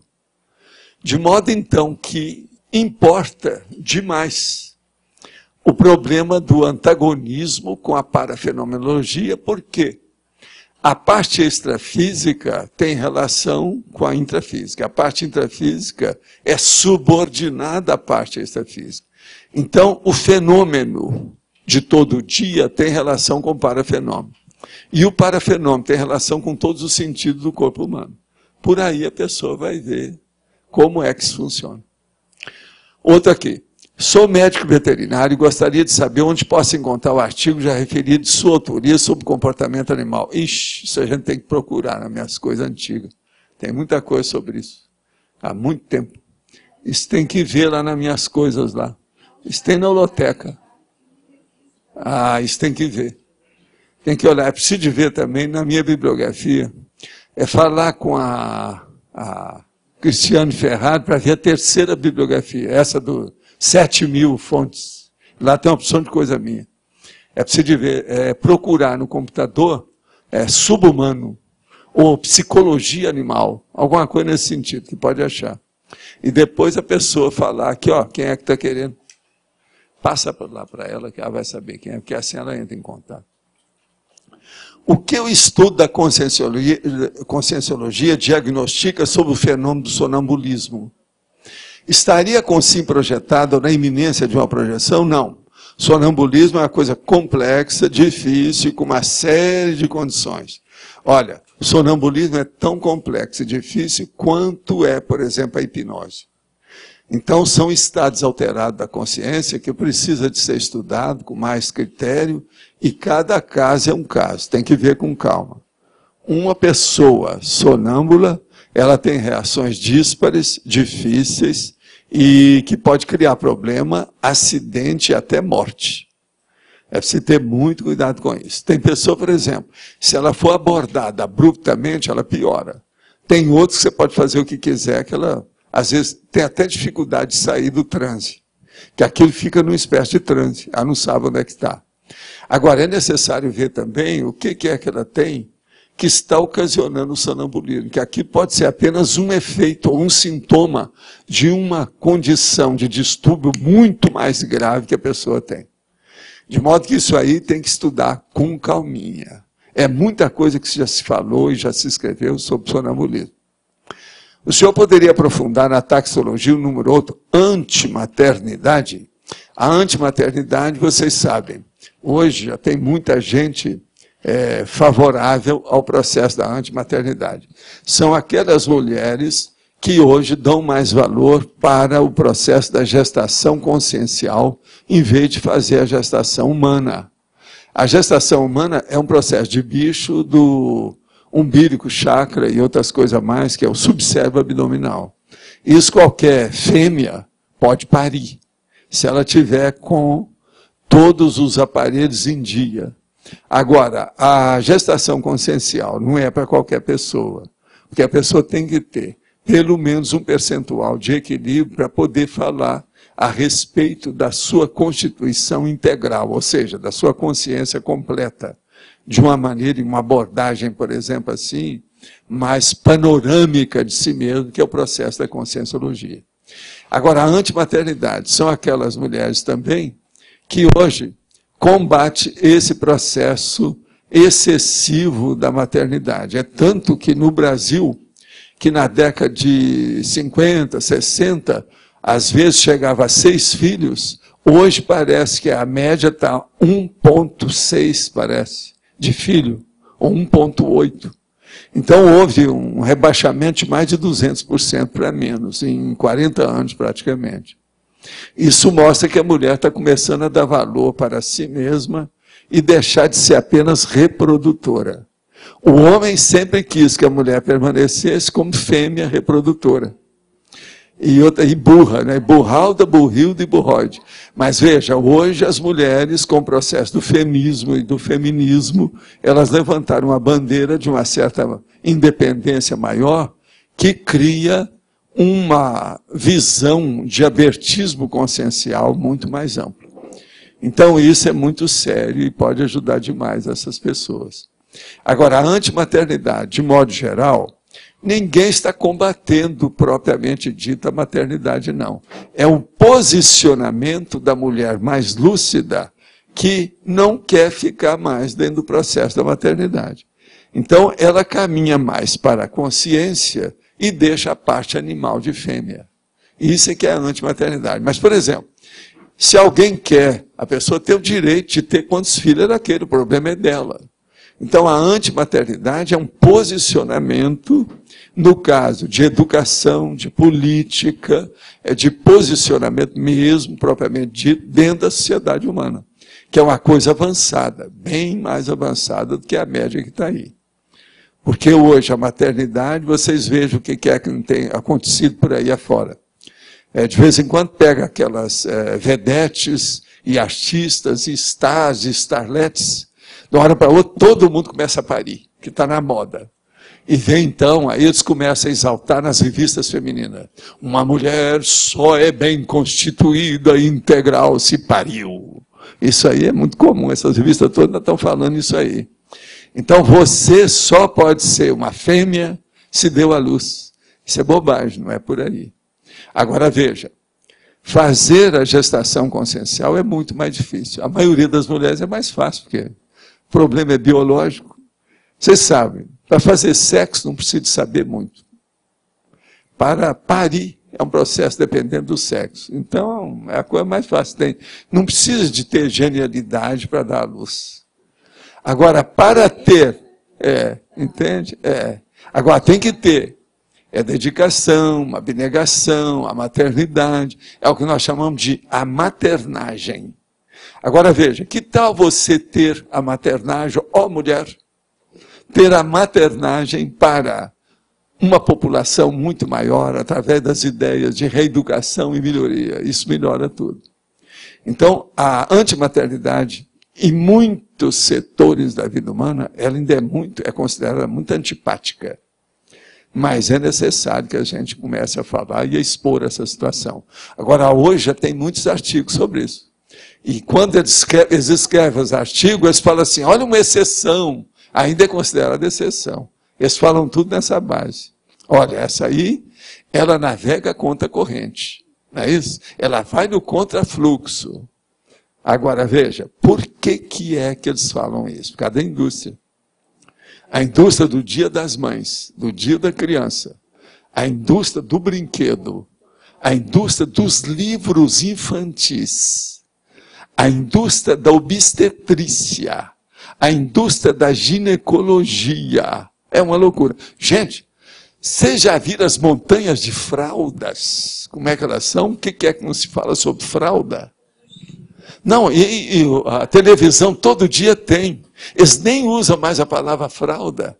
O negócio já está tão, sabe, divulgado que não precisa. Fala assim, não, olha o attachment, olha só como é que prende, olha como é que é mais fácil. Eles nem falam. Não, você vê lá, porque mostraram o negócio, isso deve ser fralda. Você olhando, porque não fala nada. É ou não é? Você já viu isso? A televisão todo dia tem isso.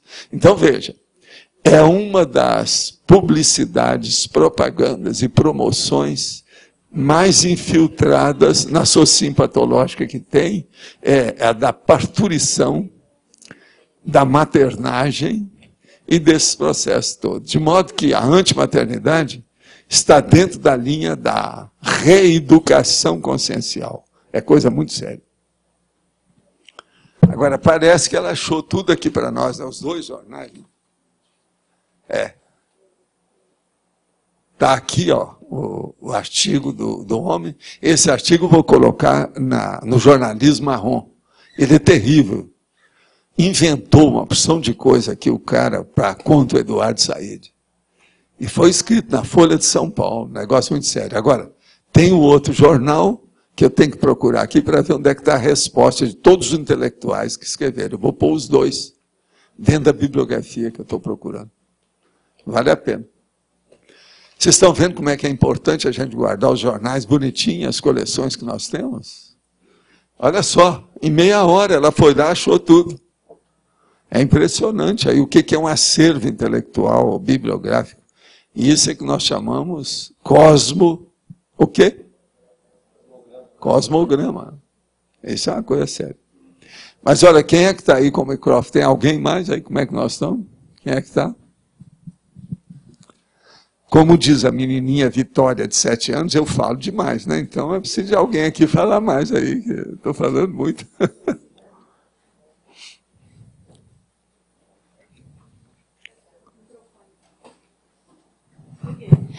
Se fosse para você caracterizar a consciência que mais tem antagonismo ambíguo, qual seria o perfil dessa consciência? Primeira coisa, talvez, seja o humorista, né? Humorista. Esse é o mais. Vocês não acham? O que você acha? Acidofóbico, ô, Cris, né? O que você acha? Ô, Loche, o que vocês acham? Talvez seja, em matéria de antagonismo, assim, ambíguo, é o humorista, né? Ele é bem característico, é um profissional, né, do processo, aí no caso. E a cosmoética tem, assim, dentro da cosmoética e do paradireito, existem leis antagônicas, ambíguas? Tem, sempre tem. Agora, ó, existem umas que são patológicas, né? Elas são desse jeito, mas são patológicas. Você não acha, Cris? Tem muitas patológicas. Tem. Então a gente tem que estudar com calma. Com calma.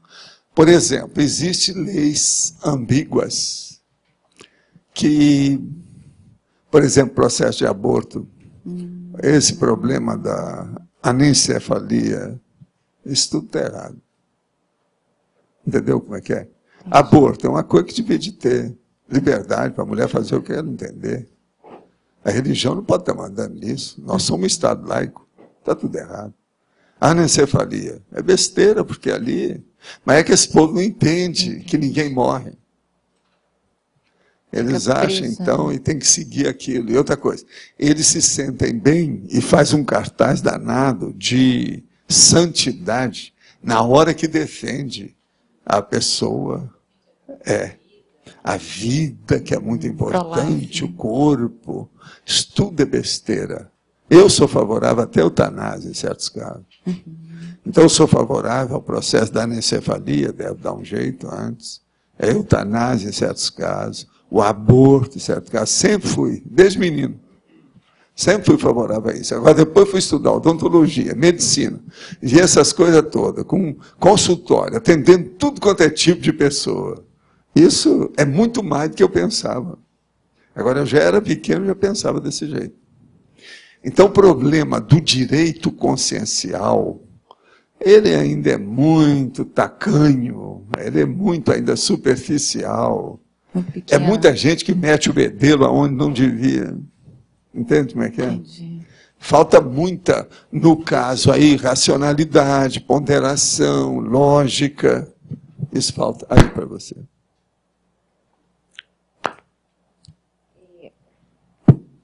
Você falou agora há pouco da semipossessão patológica. Que o assediador ele cria uma entrada no cérebro. E outra coisa, você falou, semipossessão patológica, porque tem uma semipossessão que não é. Não, é o que eu quero chegar. Pois é. Então, a questão da semipossessão sadia do amparador. Sadia, por exemplo. Eu, às vezes, tenho aqui, estou falando, eu tenho uma semipossessão. Então, é que vocês não percebem, porque eu já trabalhei demais com psicofonia, né? Mas a pergunta Eu não preciso estar fazendo careta nem nada. Eu canto sem fazer careta em matéria de psicofonia. Mas é o negócio do cantor que faz careta ou não. Mas no caso, por exemplo, do assediador, ele vai numa emoção patológica e cresce. É isso, ele infla aquilo. Sempre pega o nó gordo. Isso. E o amparador? Como é que ele cria esse ambiente? O amparador, ele mexe em tudo e estabelece um processo de encapsulamento paracérebro a paracérebro, para mexer com tudo, para ele poder, vamos dizer, predispor a pessoa a entender o que é que tem. Então a telepatia se torna mais fácil. Mas a partir... E ela é mais correta, mais límpida. Por exemplo, o assediador, ele não consegue fazer uma limpeza nesse circuito paracérebro a paracérebro. Então a pessoa sofre com isso. Não é só porque o conteúdo é doentio, não. É porque o circuito é defeituoso. Agora, o amparador não, ele limpa a pessoa. Então, por exemplo, uma pessoa está aí com vamos dizer, um bloqueio energético há meses. E o negócio está lá, cortical, violento. Vem um amparador e quer estabelecer uma comunicação mais íntima, estreita, de profundidade, com a telepatia, paracérebro a paracérebro. Primeira coisa que vai acontecer, na hora que ele estabelecer aquilo, a pessoa vai começar a sentir do mesmo nível que ele. A pessoa vai se sentir bem com aquilo. Ela vai ter muito mais passividade do que com o assediador. Você entendeu isso? Agora, ali começa uma limpeza. Aquele bloqueio de energia negativo que havia desaparece. Primeiro, a pessoa vai começar a ter expansão da consciência. Ela vai começar a entender mais, a lucidez se dilata. Muda tudo. Então, essa semi-possessão, na verdade, a gente está falando em possessão, mas não é bem. É uma semi-integração democrática. Você está entendendo como é que é? Há um processo, então, de interação entre as duas consciências. Aí muda tudo. Agora, veja, a psicofonia é isso, e a possessão é isso. A psicofonia, o homeostático. Já a possessão grande, a mega possessão, é o outro extremo patológico. Agora, é muito importante e bacana, na minha vida, por exemplo, eu sempre, quando era rapaz, queria ver uma coisa muito séria. A pessoa que saiu da possessão de vários anos e que conseguiu alcançar a limpeza, que você colocava assim o arco voltaico, não tinha mais bloqueio. E a pessoa recebia a comunicação do amparador. Isso aí é que eu vejo. Agora, veja, numa vida a pessoa consegue isso. Eu vi esses casos. Vi com homem e vi com mulher. O primeiro que eu vi foi um homem. Então eu achava que com mulher seria mais difícil. Não é. Então, por isso que eu falo, se uma pessoa tem a volição, a decisão, ela determinou, ela consegue tudo. Ela sai de tudo isso. Agora, o processo mais sério de tudo isso é como eu falo para vocês, é o bloqueio energético patológico. É a base do autoassédio que cria o heteroassédio, que dá a semi-possessão. E é a semi-possessão que caminha para uma possessão de profissional, regular, enraizada, praticamente permanente. Agora, tem casos que não tem saída, não. Tem casos que a pessoa, às vezes, morre mais cedo, sempre morre mais cedo. Que eu contei aqui o caso daquele, que até foi o Benito que levou daquela senhora, estava há 40 anos com a semi-possessão. E eles tinham muito medo de levá-la para mim, porque eu atendi o povo na minha biblioteca, lá em Ipanema. Eu falei assim, não, pode levar que a gente dá um jeito. Mas agora eu não sei se a gente vai dar jeito no processo da possessão, porque do jeito que vocês falaram. Então é o seguinte, eles levaram. A família ficou de um lado, arranjou as cadeiras e ficaram lá. E ela ficou ali. Na hora que eu levantei para ver se ia conversar com ela, o cara tomou conta do corpo e ela começou a andar em casa assim. Aí todo mundo falou assim, ela está possuída, aí não tem jeito. Agora, eu comecei a julgar a energia, encapsulei junto com os amparadores, mas ela voltou para o corpo. Ela tomou conta do corpo, mas não resolve. O caso tinha que trabalhar ali 1 ano, até dar um jeito naquilo, porque a simbiose estava totalmente dominando a situação. Agora, veja, ela não fazia nada de agressividade. Esse aqui é o pior tipo que tem de possessão, é essa. Uma possessão que chega lá, tipo filme, esses bonitinhos de poltergeist, de assombramento, e quebra a cara, e faz isso. Isso aí é besteira. Agora, o que é duro mesmo é a hora que fica lá e a questão fica plúmbia. E outra coisa, aquela pessoa que para na rua e fica assim, e não muda, o catatônico, que você vê aquela sombra, é aquele negócio do gibi, que eles colocam uma nuvem braba em cima, aquilo, esses são difíceis. Agora, o que é duro é o seguinte, que chega num certo ponto, que a cabeça da pessoa não está funcionando mais, está faltando muito parafuso, né? Que é o negócio da neurociência, uma opção de coisas, as ligações, as glias estão no buraco, todo o processo das inter-relações estão alterado. Então você vai ver que mesmo quando a pessoa é ela mesma, ela diminuiu o processo de lucidez, o nível de inteligência, fica vegetal mesmo. Agora, tem muito isso. Na telepatia sadia que você estava falando, você falou de um encapsulamento paracérebro com paracérebro. Como é que é isso? O que você quis dizer com encapsulamento, melhor dizendo? É encapsulamento que não pode haver nenhuma influência externa, são só os dois. Então é um circuito pessoal, do emissor para o receptor, límpido, sem interferência externa. Não pode ter estáticas nem ruídos. Você entendeu Mas isso? Como é que funciona? Dentro da telepatia. Eu tô entendendo. Mas como é que funciona, por exemplo, entra uma consciex e ela faz a telepatia, tudo bem, Sim. é ela com ele, ou com sim. Mas aquilo troca. Na psicografia também, você mesmo diz, aquilo troca. Não tem como jeito. É que é isso? Aqui, o amparador, ele está trabalhando com psicossoma. O nível da emissão dele é muito superior, até em conforto e satisfação, é muito mais aprazível para aquela pessoa. Ela abre tudo. É como se ela tivesse entrado num orgasmo cósmico, entendeu? Em certos casos é isso. Tem gente que falou isso para mim, não, eu senti um orgasmo cósmico. Aí a pessoa vai perguntar, e se eu orgasmo? Eu falo assim, não tem nada que ver. A sensação parece, mas não é a mesma coisa. Então a pessoa sente que há uma expansão da consciência dela ali dentro. E feita por um agente externo, que ela se sente bem. Agora, Você vai notar isso, o que é o processo da beatitude do santo. É isso. Só que tem que ir lá, é guia cego. Aquilo não clareia nada. Então começa aquela transmissão, é guia cego que está dominando totalmente. Agora, por exemplo, na questão de um amparador técnico, a situação é diferente. Já não tem mais esse processo da canga. A canga que eu estou falando, por exemplo, mística, de dominação, de manipulação da consciência, ela está solta, entende? E ela se sente bem. Agora, ó, isso, com o passar do tempo, é o que acontece com o praticante da TENEPS, né? Homem ou mulher. Ser dotado tem isso. Então, toda pessoa que faz essa pergunta ainda muito primária, ele pode estar fazendo a TENEPS há 5 anos. Se ele ainda não chegou nessa interlocução íntima, está entendendo? Que ele sai do solilóquio para entrar numa interlocução. Então, é um diálogo, é uma dialética positiva. Entende? A coisa é muito mais séria. Pois agora, veja, com o passar do tempo, isso fica arroz com feijão, que é o meu caso. Mas a hora que eu falo aqui para vocês, não, espera aí, eles vão chegar, eles estão ligando, espera aí. Então é a hora que a minha cabeça tudo...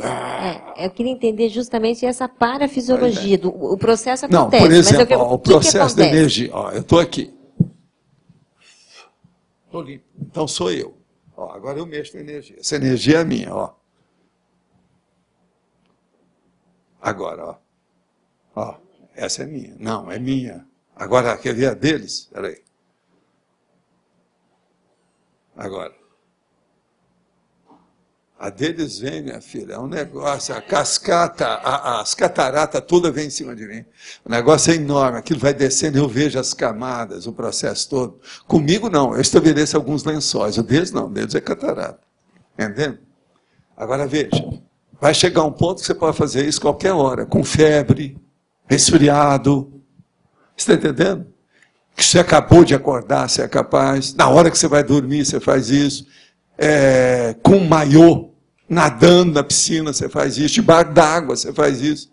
Tudo isso, durante anos, o que você pensar, eu fiz. Dirigindo carro, você está entendendo como é que é? Fazendo tudo. Com muita gente, com pouca gente, isolado, no meio do mato. Tudo isso eu fiz. Por exemplo, uma das coisas que eu fui fazer foi o deserto de Mojave. Você já viu falar, né? O Mojave, que às vezes eles gostam de dizer. Eu queria ver, porque eu tinha saído fora do corpo, quando eu fui a Las Vegas, e vi que havia os verdadeiros chiqueirões. Você sabe o que é chiqueiro, não sabe? Então, o negócio não era fácil. E havia muito assédio naquilo. Era um verdadeiro, lá ainda tem ainda nesse deserto. É uma verdadeira baratosfera nessa dimensão.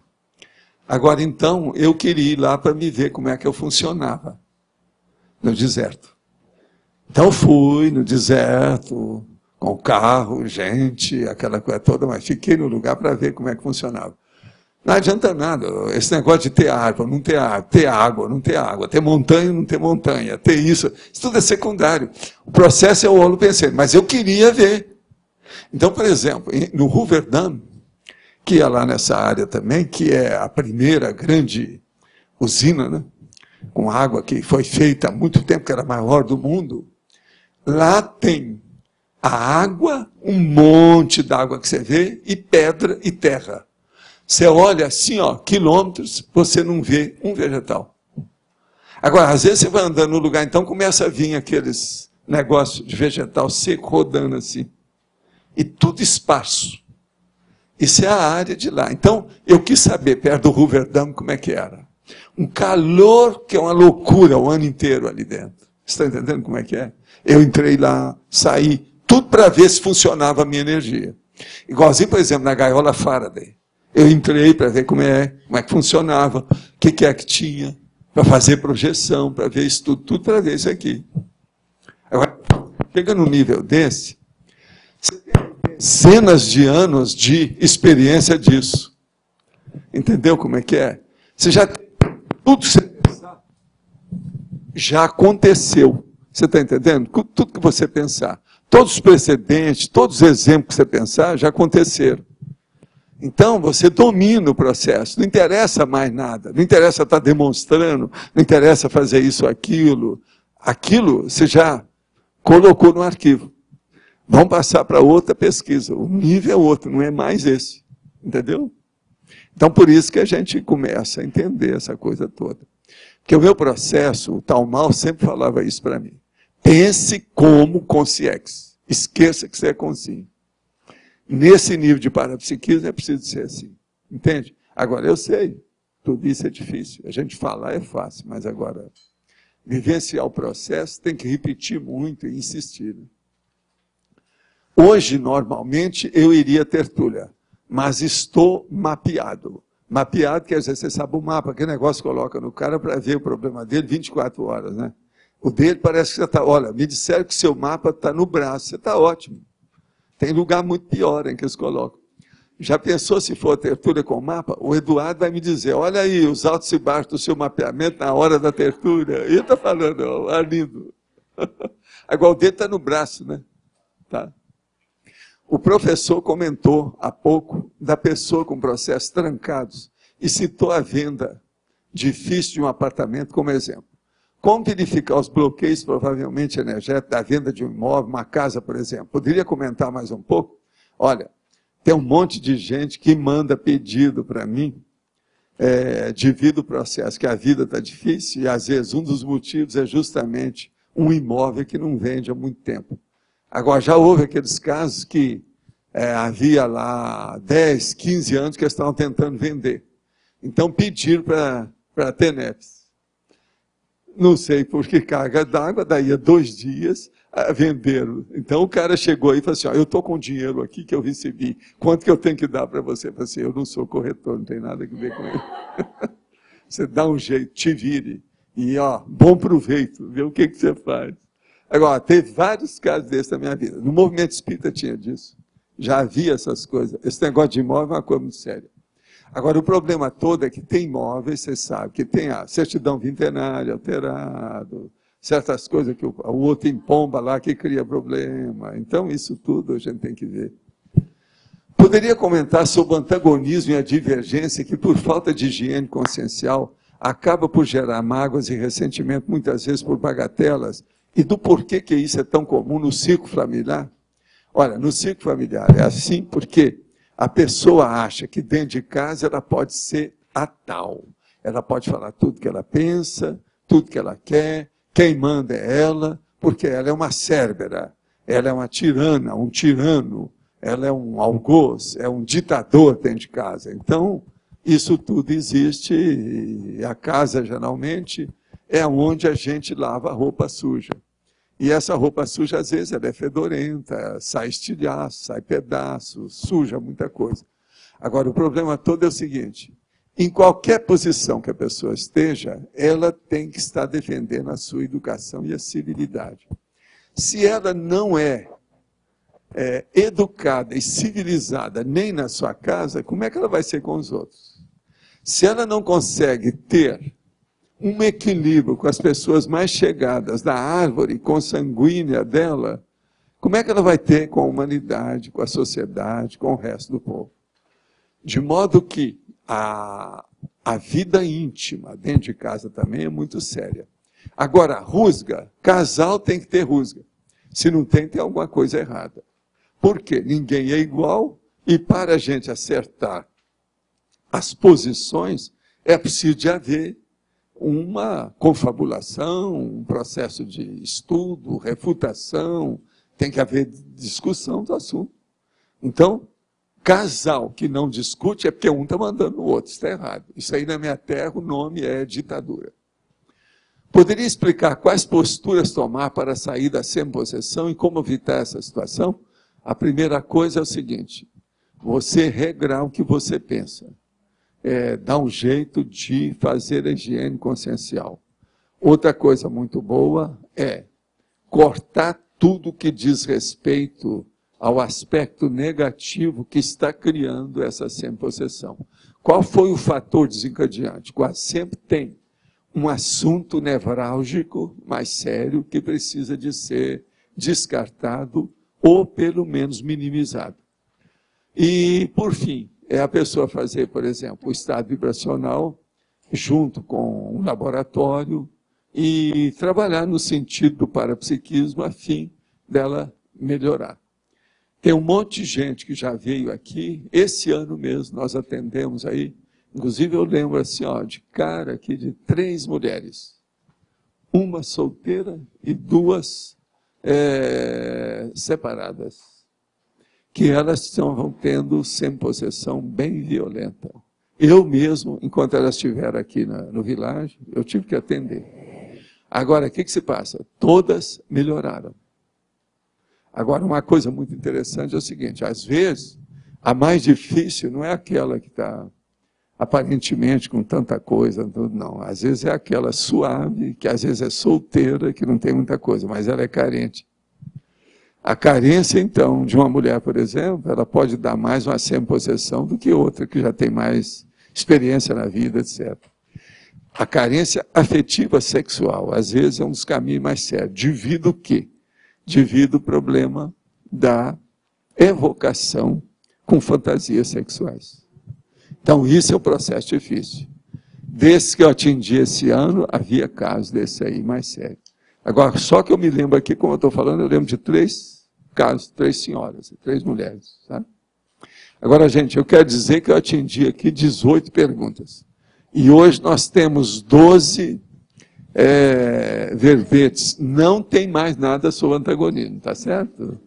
Vocês esgotaram o repertório. Mas eu quero dizer que existe, ao todo, 5 bancos. Vocês vão sair do antagonismo e vão para os bancos. Já que falar em banco é uma coisa séria, porque afinal de contas nós estamos numa crise bancária, né? De modo que vale a pena, tá aí.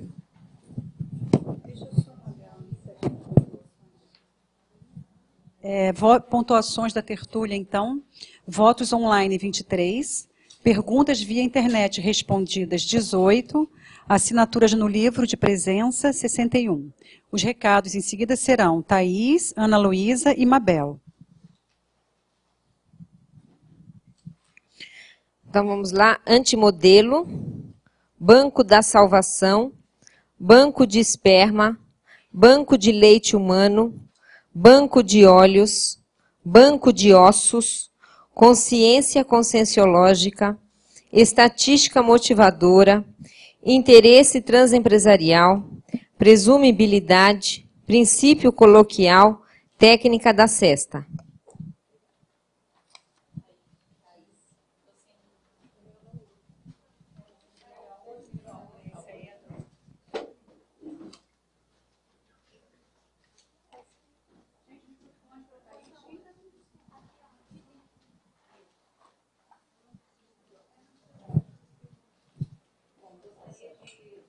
Gostaria de convidar a todos os voluntários da CCCI, né, a questão das aulas abertas da reaprendência. Esse final de semana nós teremos 3 oportunidades. Sexta-feira, a aula aberta com a professora Daiane, sobre oportunidade de viver. Sábado, de manhã, às 9 horas, a aula aberta de auto-organização com a professora Rosa Ramalho. E também no sábado à tarde, às 15 horas, uma aula aberta com a professora Luciana Ribeiro sobre reposicionamento multiexistencial. Esses eventos são gratuitos, eles ocorrem na reaprendência e tem 2 horas de duração. Vale a pena, que a gente tem tido várias assim, inovações, metodologias, enfim, interlocuções muito positivas e sérias do nosso pessoal. Tá? Então, todos estão convidados a participar. Queria dar um recado também pela reaprendência, que amanhã, dia 15 de outubro, é o último dia para o valor promocional da qualificação docente, que vai acontecer em janeiro e depois do carnaval, depois do balanço existencial. Então está aberto a todos os professores e candidatos a docências das ICs, o valor é R$ 250 e ele pode ser parcelado em até 5 vezes. E até acima de 60 anos, a pessoa tem 50% de desconto. Esses eventos vão acontecer aqui em Foz do Iguaçu e tem alguns previstos provavelmente para Natal e o Rio de Janeiro. Então, quem quiser é só entrar em contato com qualquer voluntário da reaprendência. Lembrando então, pessoal, que no final do ano agora, dias 27 e 28 de dezembro, o professor Valdo vai estar dando um curso avançado de TENEPS. É um curso inédito, onde ele vai estar falando sobre temas inéditos da TENEPS. Esse curso tem um valor promocional até o final de outubro e ele vem ajudar a obra Tertuliário. Então, as pessoas que tiverem interesse em fazer curso e quiser esse desconto promocional, até final de outubro isso é possível. Quem também quiser fazer, além do curso do professor Valdo, o Fórum da TENEPS, pode se inscrever com preço também promocional até o final de outubro. Então, nós vamos ter aqui, na verdade, no CAEC, uma semana da TENEPS, a partir do dia 24 de outubro até o dia 1º de dezembro. E tem esse, 24 de dezembro até o 1º de janeiro. Então, nós temos esse preço promocional. Muito obrigada. Ganhou o verbete Consciência Conscienciológica com 23 votos. Foi o mais votado também online. Estelle Tertulianos, então, obrigada, boa tarde. Estão começando a fazer já.